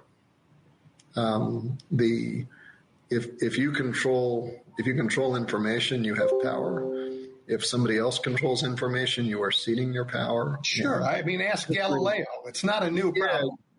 Exactly. Or more recently, I'm always, I love the James Baldwin quote that he said back in the 50s, that the purpose of education is to teach people how to think for themselves. What is up, what is down, what is black, what is white, is there a God in heaven or not? No society advances unless they have that type of person around, and no society really wants that type of person around. and so there has always been that tension, and how do we have, and I don't mean to sound overly Boy Scouty about this, but holding a country as diverse as the United States is together requires that we all believe certain things are true and don't question whether those things are true. It is helpful, if not entirely accurate, to believe that we were founded by people seeking religious liberty who had a nice meal with the natives and then they all got along, right? The truth is that wasn't true, but it's aspirationally true. Yeah, the truth is messier, but we aspire to it. It's helpful to believe we were founded by people who believed that all men, maybe even all women, were created equal and are entitled to life, liberty, and happiness. We didn't always live up to it, but it holds us together to believe that. And so there is a threat to our union if we question how much of that is true. I would argue there's a greater threat to our union if we insist that you can't question. Absolutely. And that is happening on campuses all the time. And may he rest in peace, and definitely should not have been murdered. Charlie Kirk put out a watch list of professors that makes it very hard to ask those questions. We have maybe 4 minutes left, so I got one last topic for you, because we are in a tough time in Congress to try and fund the government. Are Democrats going to hold the line and refuse to fund the government that MAGA wants? I just got off the floor. The CR did just pass out of the House. I believe one Democrat voted for the CR and 2 Republicans voted against it. So it is a overwhelmingly partisan CR, and that now goes to the Senate. Yeah. For comparison, when we had the continuing resolution in March, I think it was 100% Republican support. The question will really now come to the Senate of where does the Senate go? And I'm not in the Senate. I have some colleagues over there, but we'll see how you handicap it. I think the struggle that makes this time harder than past times is that Congress has the power of the purse. That's pretty clear from the Constitution. Congress has an affirmative obligation. If the executive branch is not executing the legislation that was passed by the legislative branch, I'm using those words intentionally, that is why they are called the executive and the legislative branch. If the executive branch is not carrying out those laws effectively, we have an affirmative obligation to do oversight and hold them to account. The White House is wildly disobeying congressionally mandated funding, just choosing not to fund things. The Republican leadership in the House and Senate is refusing to do any oversight. And that makes the government funding conversation much harder because trust is the currency of the realm. And if we were to pass a continuing resolution that gave, I'm not saying that this is my policy position, but let's say we passed one that gave every American free education and free health care and free housing and every lefty thing. Why do we think they would carry that out? Well, we think they would. Something that extreme is not to be trusted. Well, what is the thing that would be the currency of trust? And you could imagine a White House that was concerned about that and was bending over to provide some accountability. You could imagine a Republican leadership that was concerned about that and doing some oversight. You can only get by so far in imagination. Yeah, and I think Republicans are arguing it's time for a clean CR. The last one that got passed wasn't clean. It included a provision that lets these emergency declarations go on forever. If they want a clean CR. Just understand, if this CR passes, the Obamacare tax subsidies go away. Yeah, lots of people lose their health insurance. That's a choice, right? Also, keep in mind that you'd mentioned the emergencies. This Congress, under Speaker Johnson, has voted to change the definition of a day. Yeah, because under the Emergency Powers Act, if the president declares an emergency, Congress can overrule that within 30 days. So we filed a motion to say there is no emergency, shut down the tariff, shut down all of these definitions of emergencies. And Mike Johnson changed the House rules to say that a day is no longer the amount of time it takes for the Earth to rotate around the sun. Right, that happened in the last CR. Yeah. What happens? Yeah, subsequent to it. So as a practical perspective, like I said, Johnson, if he wanted to, and Thune, who, by the way, has to get Democratic support because they need 60 votes in the Senate. Yeah. They could say, you know what, we may disagree on policy, but let us all agree that as members of Congress, we are going to defend the constitutional prerogatives of the institution that employs us. That would be a noble thing to do. And if they did it, I think there's probably a way through this. If they're not willing to do that, then we're going to be left saying, would you vote for something that makes every American sicker and provides no accountability? I think that's got to be our last word because it's a great word. Yeah. Thank you. I know you have to run. You have a hard out. So thank you, Edwin. Thanks. I always appreciate talking to you. Yeah, likewise. Take care. Bye. Bye. You're looking at the big picture with Edwin Eisendrath on WCPT 820. Okay, everybody. I am thrilled, really, to be joined by Elizabeth Jacobs. She is a hero. She's an epidemiologist and, I guess, professor emerita at the University of Arizona. She's the founding member of Defend Public Health, and we're going to talk about that. And I guess to understand that, we're also going to have to talk about the undefending of public health from Make America Healthy Again. Elizabeth, welcome. Thank you for being with me. Thank you so much for having me and for this overly kind introduction. I really appreciate it. No, honestly, I think yesterday we might have seen some of your work actually make a difference, although it's so chaotic we can't tell.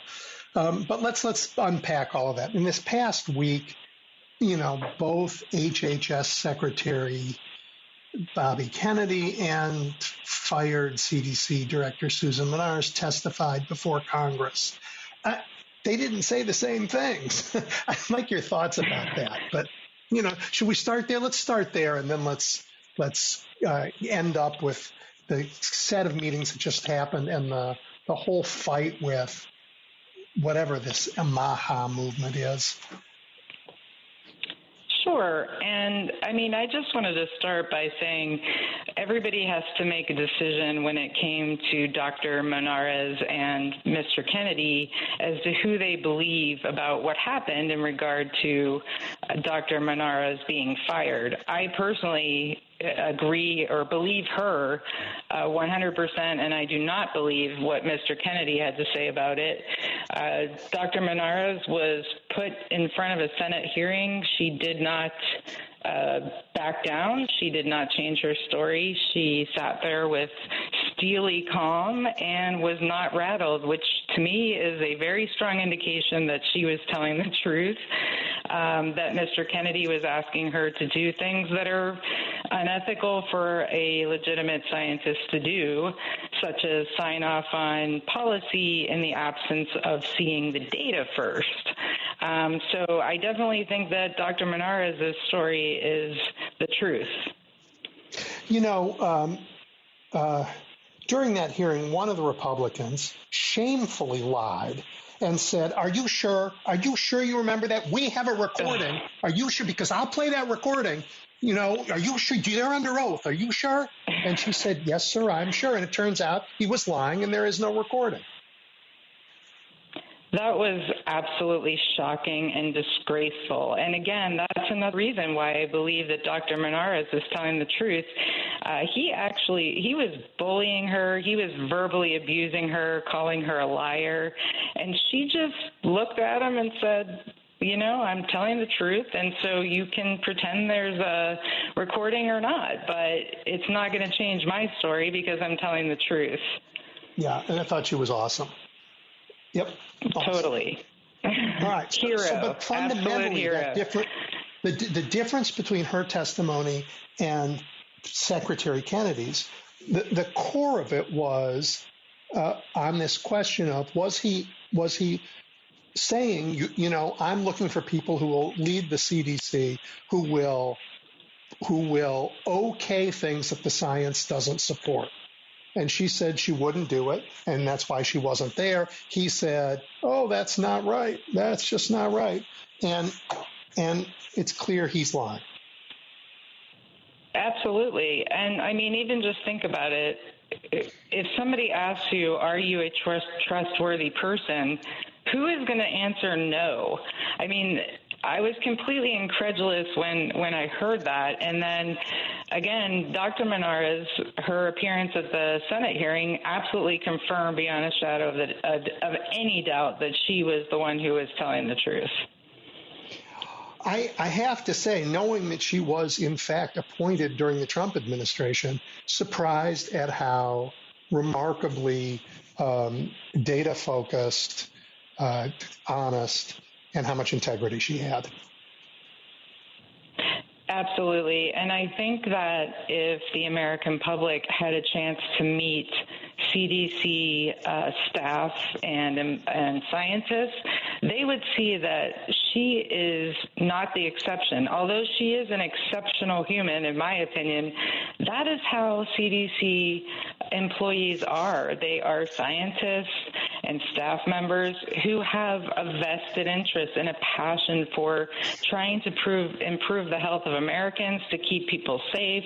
And so I think she was just emblematic of what CDC is actually all about. And I think a lot of the doubt that has been cast on CDC employees, like Kennedy telling them they're horrible people, is just frankly disgusting, and is a really strong indicator that he has never sat down and talked to any of these people. He has no idea what they're about. Yeah, so the CDC's had a lot of critiques, probably since COVID or during COVID, but it is, any organization can make mistakes, but it is in this era that we live in, where there are a lot of people on this planet and pathogens are jumping from one species to the next, and they're truly public health challenges like we've never seen. They are like NASA was in the 1960s, the most scientifically adept interesting, hardworking organization in the government, or they were until this wrecking ball hit it. Yes, and it is really alarming the degree to which political appointees are sort of metastasizing throughout the CDC and, frankly, throughout all of the scientific wings of the United States government. It is alarming. The person who's the interim director of the CDC right now has zero training or experience in science or healthcare, and so he's a functionary. He's a factotum that is there to sign off on whatever Mr. Kennedy wants. Yeah, appalling. Absolutely appalling. All right, so I read a piece you authored back in July that talked about all the ways the Trump administration was going to make us less healthy. And that was July, and it's now mid-September. And it sure looks like you didn't go far enough. So, just back up and talk about the lines of attack on public health in America. Sure. So right now there are four main arcs, in my opinion. One is that the Trump administration, this is not confined to Mr. Kennedy, is spreading scientific misinformation. They're sowing mistrust in public health at every turn. The second one is that they're casting doubt on the scientific process itself. And science is a process. As we get new information, do new experiments or studies, we have to modify our knowledge and react to that. And he casts doubt on that regularly. And he also is casting doubt on scientific expertise. He's telling people that it's not democratic to listen to experts, which is just completely Looney Tunes.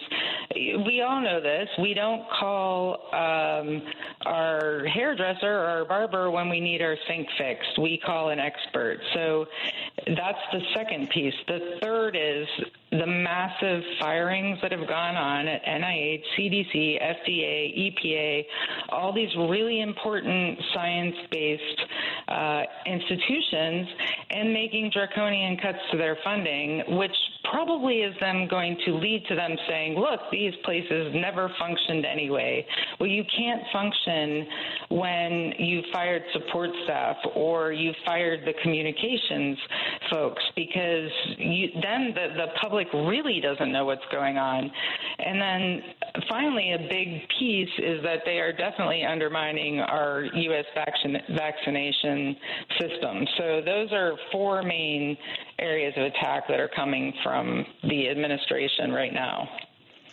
Yeah, I don't understand why they're doing it. I just don't. I asked Representative Sean Casten, who was on just before you, and he's a scientist before he came to Congress, if he thought this administration was just, whether in HHS or over at the EPA, whether they're just replacing science with ideology. He said yes, but I guess I wasn't quick enough or smart enough to ask, what ideology? Because I don't understand why it's in anybody's benefit to make America less healthy. Oh, I agree. And this is a question for the ages, and it's interesting to see the many, many interpretations that different people have. I will say that, yes, they are replacing science with ideology, and it's just this insidious process that's happening incrementally in some cases and suddenly in others. And I believe one of the driving things behind it is, frankly, revenge, because the pandemic proved a number of these people to be just completely out of touch with reality. They didn't like Dr. Fauci, for example, who was doing his best in a horrible situation to get accurate information out, and that often contradicted Mr. Trump. And so he, I think, literally has a vengeful streak against all of government science, and I think that's driving part of it. For Kennedy, he has been at this scientific misinformation dealio for 2 decades now, and legitimate scientists would never listen to him. And now he's in a position of influence and power, and he's using it to just wreak complete havoc on scientists. Well, so some of the, I don't want to go too much into all of the kinds of meetings that happened this week, only because the initials, the acronyms are confusing for those of us who aren't deep in that world.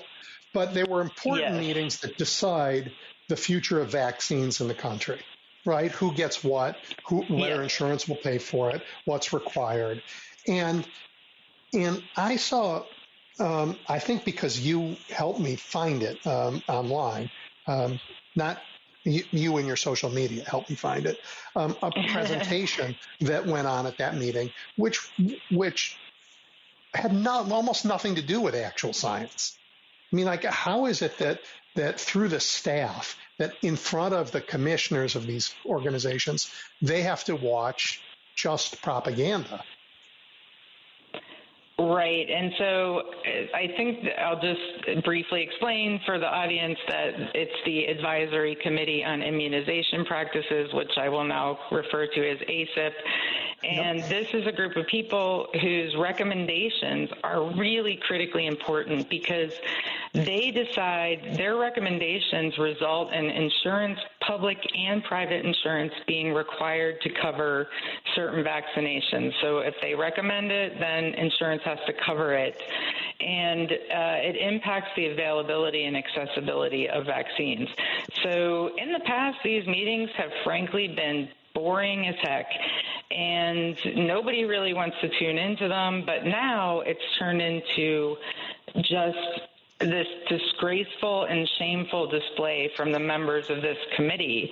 The reason is that Mr. Kennedy fired all of the prior scientists who had experience in public health and in healthcare, and he replaced them with people that he handpicked because they have previously displayed anti-vaccine beliefs. What that resulted in is this contrast between career CDC employees who are still working on science. They're legitimate experts. They're presenting information.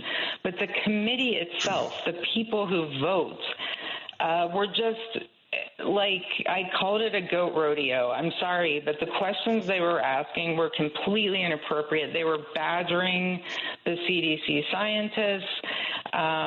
One of them was just posting on Twitter during the entire meeting about whatever, and it was just a disgrace. And they also had a number of people present misinformation. Should have never been allowed. It was disgraceful. Yeah, disgraceful, really disgraceful. All right, let's talk about the organization that you helped found, Defend Public Health. Describe what it is, and I guess then let's go talk about Make America Healthy Again and what that is. Absolutely. So Defend Public Health was started right after the 2024 election. It's an advocacy group. It's made up of scientists, healthcare professionals, and other advocates. And our goals are to provide accurate information to the public when there is so much misinformation, and to organize and implement change where we can in the face of attacks on public health and on science. Right, and it's volunteers, it's people who have expertise, and you have these committees and you do these reports that are public. I think it's a great resource. Oh, thank you. Yes. I mean, we are trying to provide reports that counter the major things that come out from Kennedy's shop. I mean, we can't possibly address all of it, but we are doing our best to address the major flaws with MAHA. I don't know whether you want to get into that yet or not, but that is one of the purposes of our reports. Well, let's get into it. Talk about it. Okay, so MAHA, or Make America Healthy Again, is Kennedy's whole baby, I guess. And the entire premise, first of all, of MAHA is flawed because, frankly, America has never been healthy for everybody. So to make it healthy again is, again, a flawed premise. So I'll give you an example. Kennedy is always talking about how things were better in the 1960s and people were healthier. But first of all, for people of color and other communities with sometimes fewer resources, there were massive health disparities. And they've improved a little bit, but we do still have a problem. And then if we just look at the quote-unquote health of Americans overall in the 60s, yes, there was less obesity, but that is the only thing that Kennedy focuses on. He ignores things like 42% of adults smoked in the 1960s, and it's only about 11% now. Our lifespan is about 7 years longer. The infant mortality rate has dropped substantially since then, of course, and largely due to vaccines. So right. Maha's premise is flawed from the get-go. And then another major problem is that you're only going back 10 years. Hang on, you're only going back 10 years. You know, I mean, in the 1930s and 40s, there was polio. Oh, sure. We weren't healthier then. But kids would miss months of school because they were quarantined with scarlet fever and, you know, things that people don't even think about anymore that are going to all come back. Absolutely. And I'm actually glad that you brought that up, because that is one aspect of vaccination that has been largely ignored. Of course, the primary goal is to prevent people from getting sick, but there are massive economic consequences to infectious disease outbreaks that could be prevented by vaccines. Two of the major ones are every case of measles costs $20,000 to $30,000 for public health efforts to contact trace and to treat the patients and things like that. But the other piece is that if your child becomes ill with measles, they need to stay home from school, and that often means that a parent has to stay out of work. And so there are massive economic consequences to this. All right. Well, I interrupted you with that, and you were continuing to talk about some of the Maha narrative. Well, sure. I just wanted to point out, too, that Maha is often at odds with what's actually happening in the Trump administration. So, for example, Maha puts a lot of emphasis on healthier diets, but at the same time, the Trump administration is cutting SNAP, so families have less money to buy food. Food banks are seeing increased demand and in some cases less funding. Mass deportation is leaving crops unharvested, and the U.S. actually already imports 60% of its fresh fruit and 30 to 40% of its fresh vegetables from other countries. And of course, with our, declining relationships with our trading partners, that is a concern that I think we should be talking about a little bit more. So another major piece is access to health care. If you really want people to be healthier, they must have access to health care. And there is a massive problem coming at the end of 2025 when supplements to the Affordable Care Act are going to expire. And that's going to lead to people's health care costs, in some cases, rising by 75%. That is not going to help Americans be healthy. No, and that was the issue in passing continuing funding bill in the government, and the Republicans said, we're not doing it. We will not move on this issue. We believe we should let them expire. We can't afford to keep America healthy, they said, as if a sick America is better for our economy, as you pointed out. Hey, in Florida, they said, we're not going to require any vaccines for school anymore. And they on top of being stupid, they pitch this as an individual liberty question.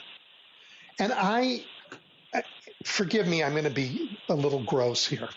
I think it's for public health, it's the same thing as saying, you know what, it is my choice not to use the municipal sewer system. I am just going to go right on the edge of my property, at my neighbor's property, and everybody can get cholera. Yeah. Actually, you're really not far off on that. And, I guess those are the days when America was healthy in Kennedy's eyes. But this thing going on in Florida, it's going to spread to other Republican-led states. And I just really want to point out that, perhaps this is a failure in public health communication, but the importance of herd immunity is so great that vaccination programs really aren't very effective without it. And so vaccines, there are infants too young to be vaccinated against some diseases, and they're protected by a bubble of people around them that are all vaccinated. So they can't really encounter an infectious disease in that vulnerable period. When those rates of vaccination start declining, then holes in the bubble start to appear, and the risk of an unvaccinated infant, for example, catching one of these diseases is just incredibly increased. And so I am fearful of what is going to happen in Florida. And of course, there is no barrier at the state line. It will then spread throughout the United States, just as we're seeing now with measles. Yeah, so that's one problem, and that problem of those bubbles is going to lead to parents having to watch their children die. And it's unbelievably shocking that that's where they want to go, back to where we were before when, people had 5 and 6 kids because 2 or 3 of them might survive to adulthood. And they want to go back to that. I don't know that's a good idea. The other issue, I think, and correct me if I'm wrong, is that if we lead a lot of people not to get vaccinated, you create a reservoir for these viruses to mutate, to grow, to become something new and more dangerous. Yeah, that absolutely can happen if we are seeing a large mix of vaccinated and unvaccinated. It's like a Russian roulette or a lottery system for pathogens that they can mutate, and they can mutate to avoid or evade a vaccine eventually. It does take a lot of mutations for that to happen, but it is a possibility. And again, you can't predict which mutation is going to happen when, so it could happen at any time, and that would be a complete disaster. Yeah. So when someone opts not to get vaccinated, not to get their kids vaccinated, it isn't just a private decision. It puts everyone at risk. That's absolutely right. And in fact, there was a Supreme Court decision, Jacobson versus Massachusetts, that addresses exactly that and says that the safety of the community is more important than the safety, or than the preference, I should say, of the individual. Sure. Let's see if the Supreme Court, when somebody comes in and says, but God told me not to get a vaccine, and now it's a question of religious freedom, what the Supreme Court will do. Yes, and I too fear the outcome of that. Yeah. Well, all right. How do people help us do this fight? So I think that one really tangible thing is to, we just talked about Florida, to really pay attention to what your state is doing around vaccines. Vaccines are actually really popular among both sides of the aisle. Many Republicans support vaccination, and you may not be aware of that based on some of the things that you see, but it is true. And so I think if your state is moving to undermine vaccinations, because it is local, you could have the most power in appearing at hearings and writing to your local representatives to sort of defend vaccinations, because I think that might have the most visible results. Did I lose you? No, I'm here. Okay. Sorry about that. I lost you for a second. So all right. And if they live in a state where their government is doing right by vaccines, what can they do? Well, I think that they should definitely get their children vaccinated and just keep monitoring. But I think the other thing that they should do is be very wary of misinformation online.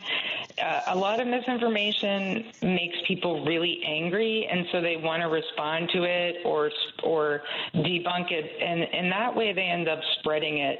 So two things, just really pay attention to what you're reading. Look at it with skepticism, everything, even the things that I write. Ask yourself, is this true? Where are the data? Did she provide a link? We should be doing that to everybody and be very careful about not spreading information. But I listen, everybody, go to Elizabeth's organization's web, Defend Public Health. There are reports there. You don't have to be a scientist to read them. But the data, you can find it. It's a very good resource. Thank you very much. And yes, specifically, we have our report on improving the health of Americans. We have a report about the scientific evidence for contributors to autism. And then we have a report about how we know that COVID-19 vaccines did not cause the death of children. So those are three that we have right now. And I would love it if you all came in and visited it. Please, everybody, share them, because just the nonsense is dangerous. It leads people to make stupid, dangerous decisions and harm us all. And this is good defense. Hey, thank you so much for your time today and for the work, incredible work, and the dedication to the work that you're bringing. Well, thank you so much for having me. I really appreciated this opportunity. So thanks. We'll do it again, in a month or so as we see how this is shaking out. Thank you. Thank you. I would love that. Okay. All right, everybody. That was fabulous Elizabeth Jacobs, whose work is keeping you safe and me safe. We're going to take a break, and then I'm taking your calls. Edwin Eisendrath is taking your calls now at 773-763-9278. The Big Picture is on now. WCPT 820. All right, everybody, it's your time. Let me hear from you. We have a lot to talk about, from public health to, who's responsible for these wars in the Middle East, to the Federal Election Commission, to the budget, to what it means to represent a district that ICE is in. All things we had a good time to talk about today. Jim, kick us off. Hi, Edwin. This Darwinian approach to healthcare reminds me of Howard Hughes back in the 60s when he went to Vegas and he stayed in a hotel room and he wouldn't, he had everything served under the door. He thought he was going to get some kind of a pathogen that was going to kill him. But apparently, the guy that thinks he should be 2 feet taller down in Florida in Kennedy thinks that we'll take our chances. What's the difference? But what's really terrible about it is they're cutting health care in the meantime. So a person who's considering a shot won't be able to afford it because the insurance will go up, and I'll just take my chances, because if you're broke or you don't have you're in a difficult circumstance, that's the last thing you're going to go and see a doctor, because you're going to just take your chances. But I was going to mention the ice in Berwyn in Broadview. I noticed 2 women being thrown to the ground. 2 women now, in my estimation, they seem to be picked on because they look defenseless to me. One was 60 with bad knees. They threw her on the ground, and it's difficult to get up, and they surrounded her like she was some kind of a caged animal. And then on top of that, when you consider the January 6th pardons by this maniac who had him attack the Capitol and then give them all pardons, what do you think is going through these ICE people's mind? Being the private police of the Republican Party, they figure, well, we've got all the power in the world. We can do exactly what we feel like. Nobody's going to bring us to justice. We're never going to be sued for anything. It's terrifying because, what you're describing is what we saw on the ground. But the cameras panned up to the tops of the buildings, and on the tops of those buildings, they had snipers with rifles aiming at the crowd. Now, thank God they didn't pull the trigger, but somebody in that crowd is going to pull out a cell phone. They're going to mistake it for a weapon, and real tragedy is going to happen. And it's going to happen. It happened at Kent State the last time they went through something like this in the 1960s or 72, whatever it was. I mean, this is just some terrible thing is going to happen. They give a captain story about the guy in Franklin Park. They never explained. I never heard any details about that shooting in the car. They said that. Who's going to investigate it? Who's going to investigate it? Well, nobody. Not this Congress. Did they investigate the January 6th? And the January 6th guys, what was their plea? Well, I did it because Trump said it was okay to do it. That was their defense. Eventually that did get investigated, and Congress did finally hold hearings on that. They held great hearings on that. They got to the bottom of it, and then Trump won the election and pardoned them all. But they were investigated. Many of them were found guilty. Many of them went to jail, right? Some of them should still be in jail.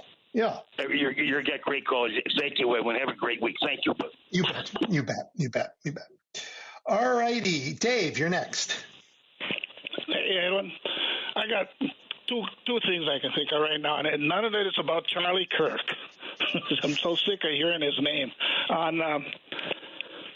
Yesterday, did you know that it was the National POW MIA Recognition Day? I did not know that. Yeah, and because with their thing, everybody puts out your POW MIA, you're not forgotten. I don't believe that, but POW MIA Recognition Day falls on the third Friday of September, and it was established in 1979 by former President Jimmy Carter. And the day serves to recognize those who have been lost in combat, as well as their families who are without any answers yet.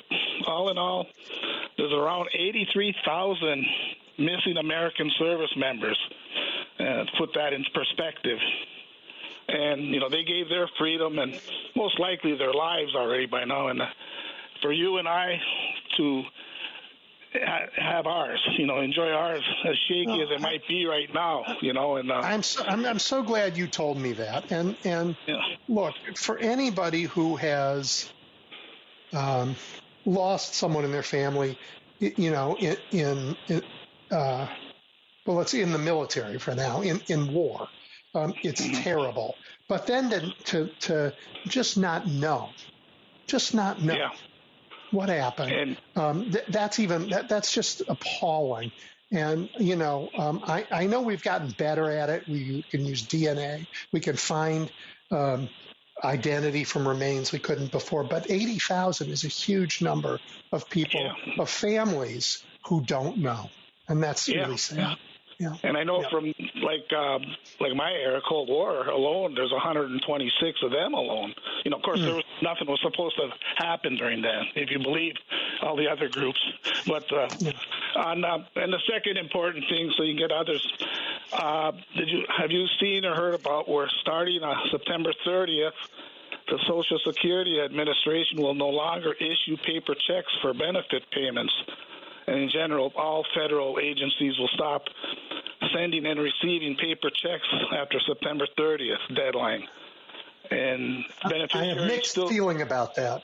Feelings about that. I mean, on the one hand, that can be a hardship for some. On the other, it means that Donald Trump's signature won't be being mailed out to everybody. Yeah, but these ones that are still receiving them, to change over, they must switch to some electronic payment method to receive their benefits. And they claim it's it's for security, cost savings, and efficiency. Well, if it's for cost savings, then maybe all that extra savings money should be funneled back into the Social Security fund or to the post office. Or the post office, who's going to lose more money, by not sending out mail. So anyway, that's just a couple of tidbits I thought I'd share with you. All right, be well. Appreciate it. Yep, you too. Roosevelt. Double E. Thank you for taking my call, my friend. A couple of things that came to mind, specifically when you opened up the show about the things that Trump has said. That's one of the subjects I wanted to talk about. Notice he says things that he's going to do to Russia. And I want to add to what you said at the beginning of the show again. Yep. Remember he said that Russia was going to, that he was going to be tough on Russia when he went to Alaska? And then on the contrary, when he came back, and by the way, now that I think of it, while he was holding a meeting with Putin, from what I understand, that was the third worst attack that Ukraine had from Putin. Okay? So that's point number one. Point number two, like you said, he rolled out the red carpet. Who was the last person he did that for? And notice how England rolled out the red carpet for him. They treated him like a king. He felt like a king.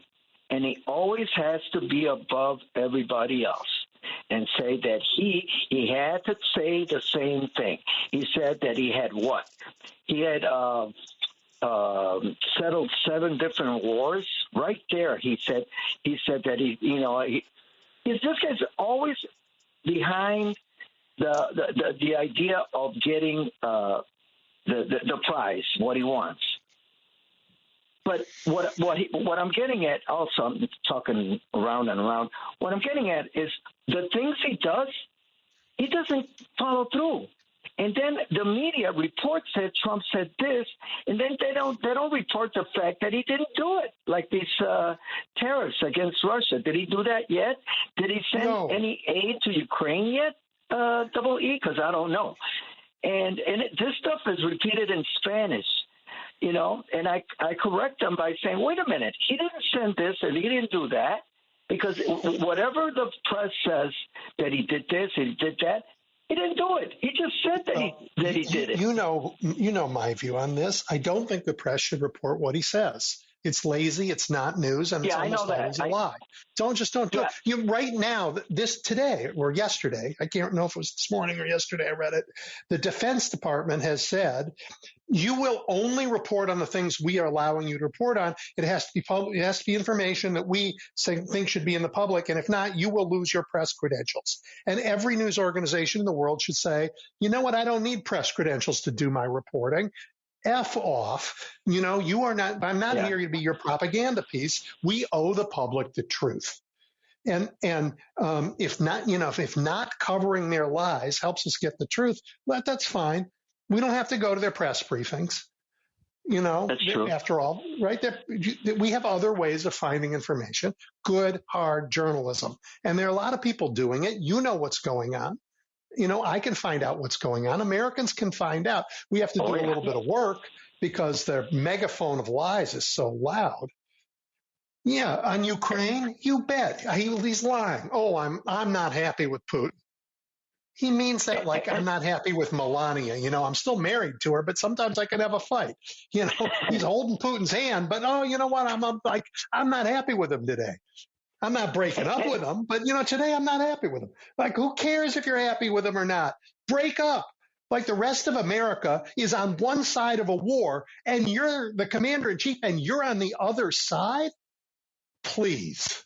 It's his war. And that knucklehead that said what he said about euthanizing homeless people, he still has his job. And the horrible things that they have said, including that kid that got assassinated. Yeah. And speaking of that kid, back to Jimmy Kimmel for a minute. He didn't say anything wrong, in my opinion, not because I watch his show or I'm a fan, but because of the fact that there's been worse things that he himself, that kid, I don't want to repeat them because I don't want to jeopardize your show. But no, it's fine. Listen, you know as well as I. Kimmel before this.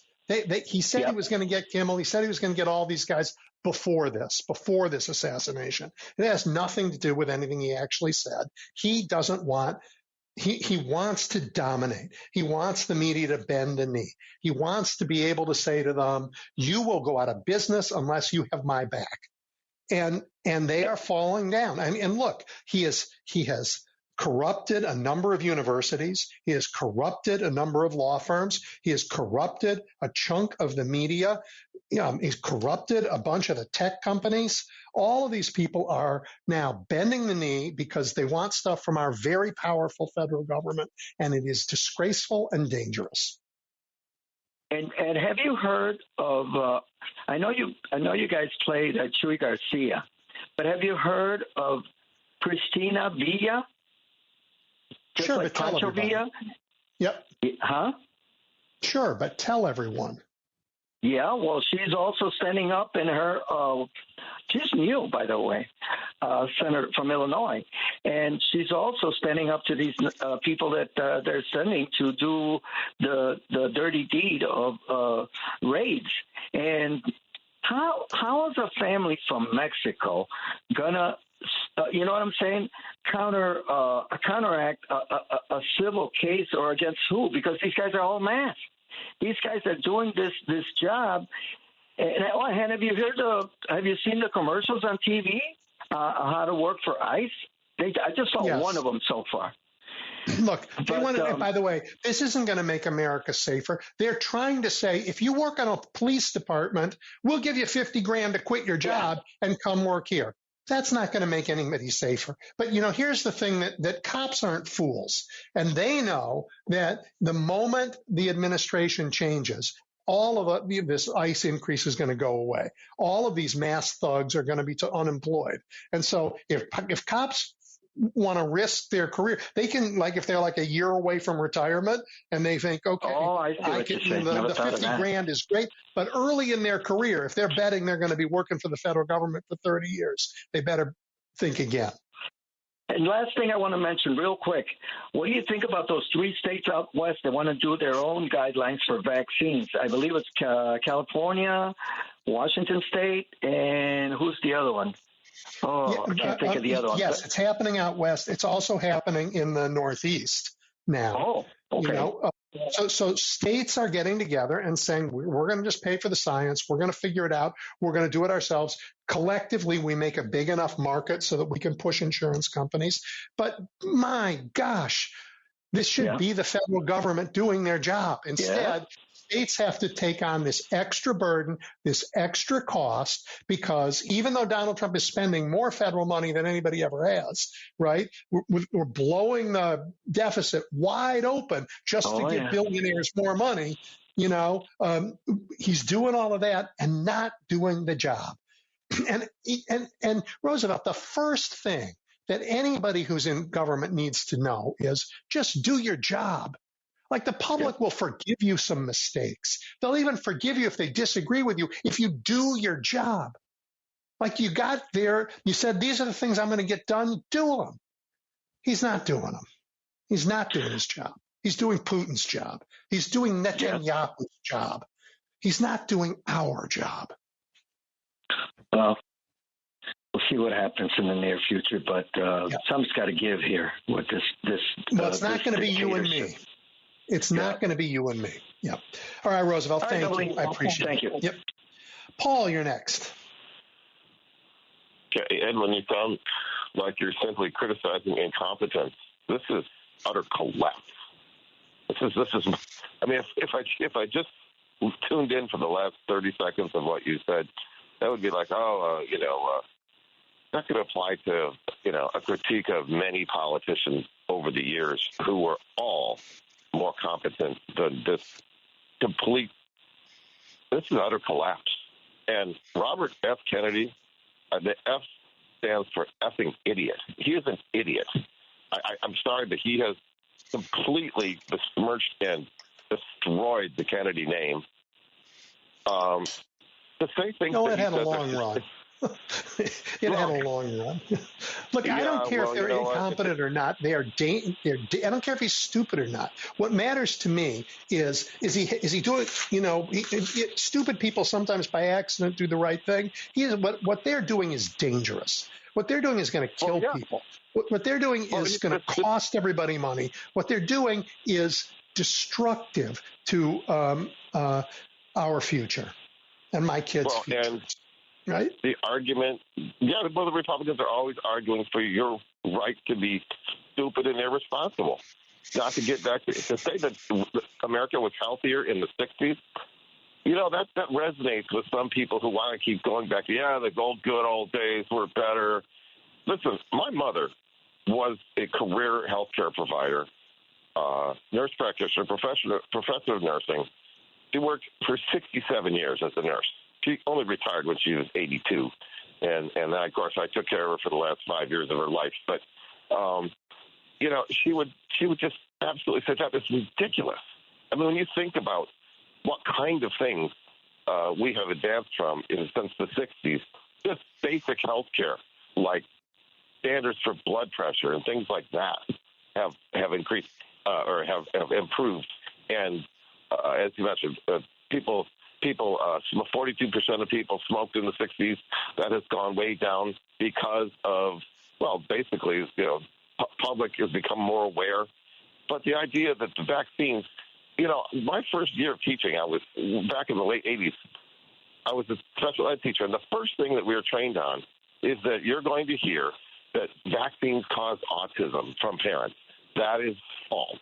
And we're bringing up the old, Andrew Wakefield, the physician, the British physician who started this big meme, this lie. First of all, he wasn't against vaccines. He wanted to market his own vaccine.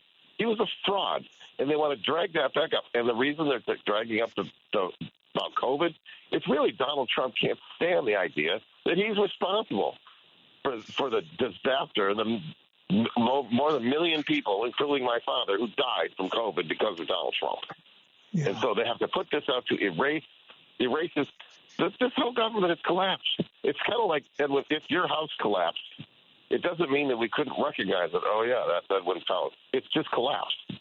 It doesn't mean we can't recognize it. It hasn't disintegrated. It hasn't disintegrated into, pulverized dust yet.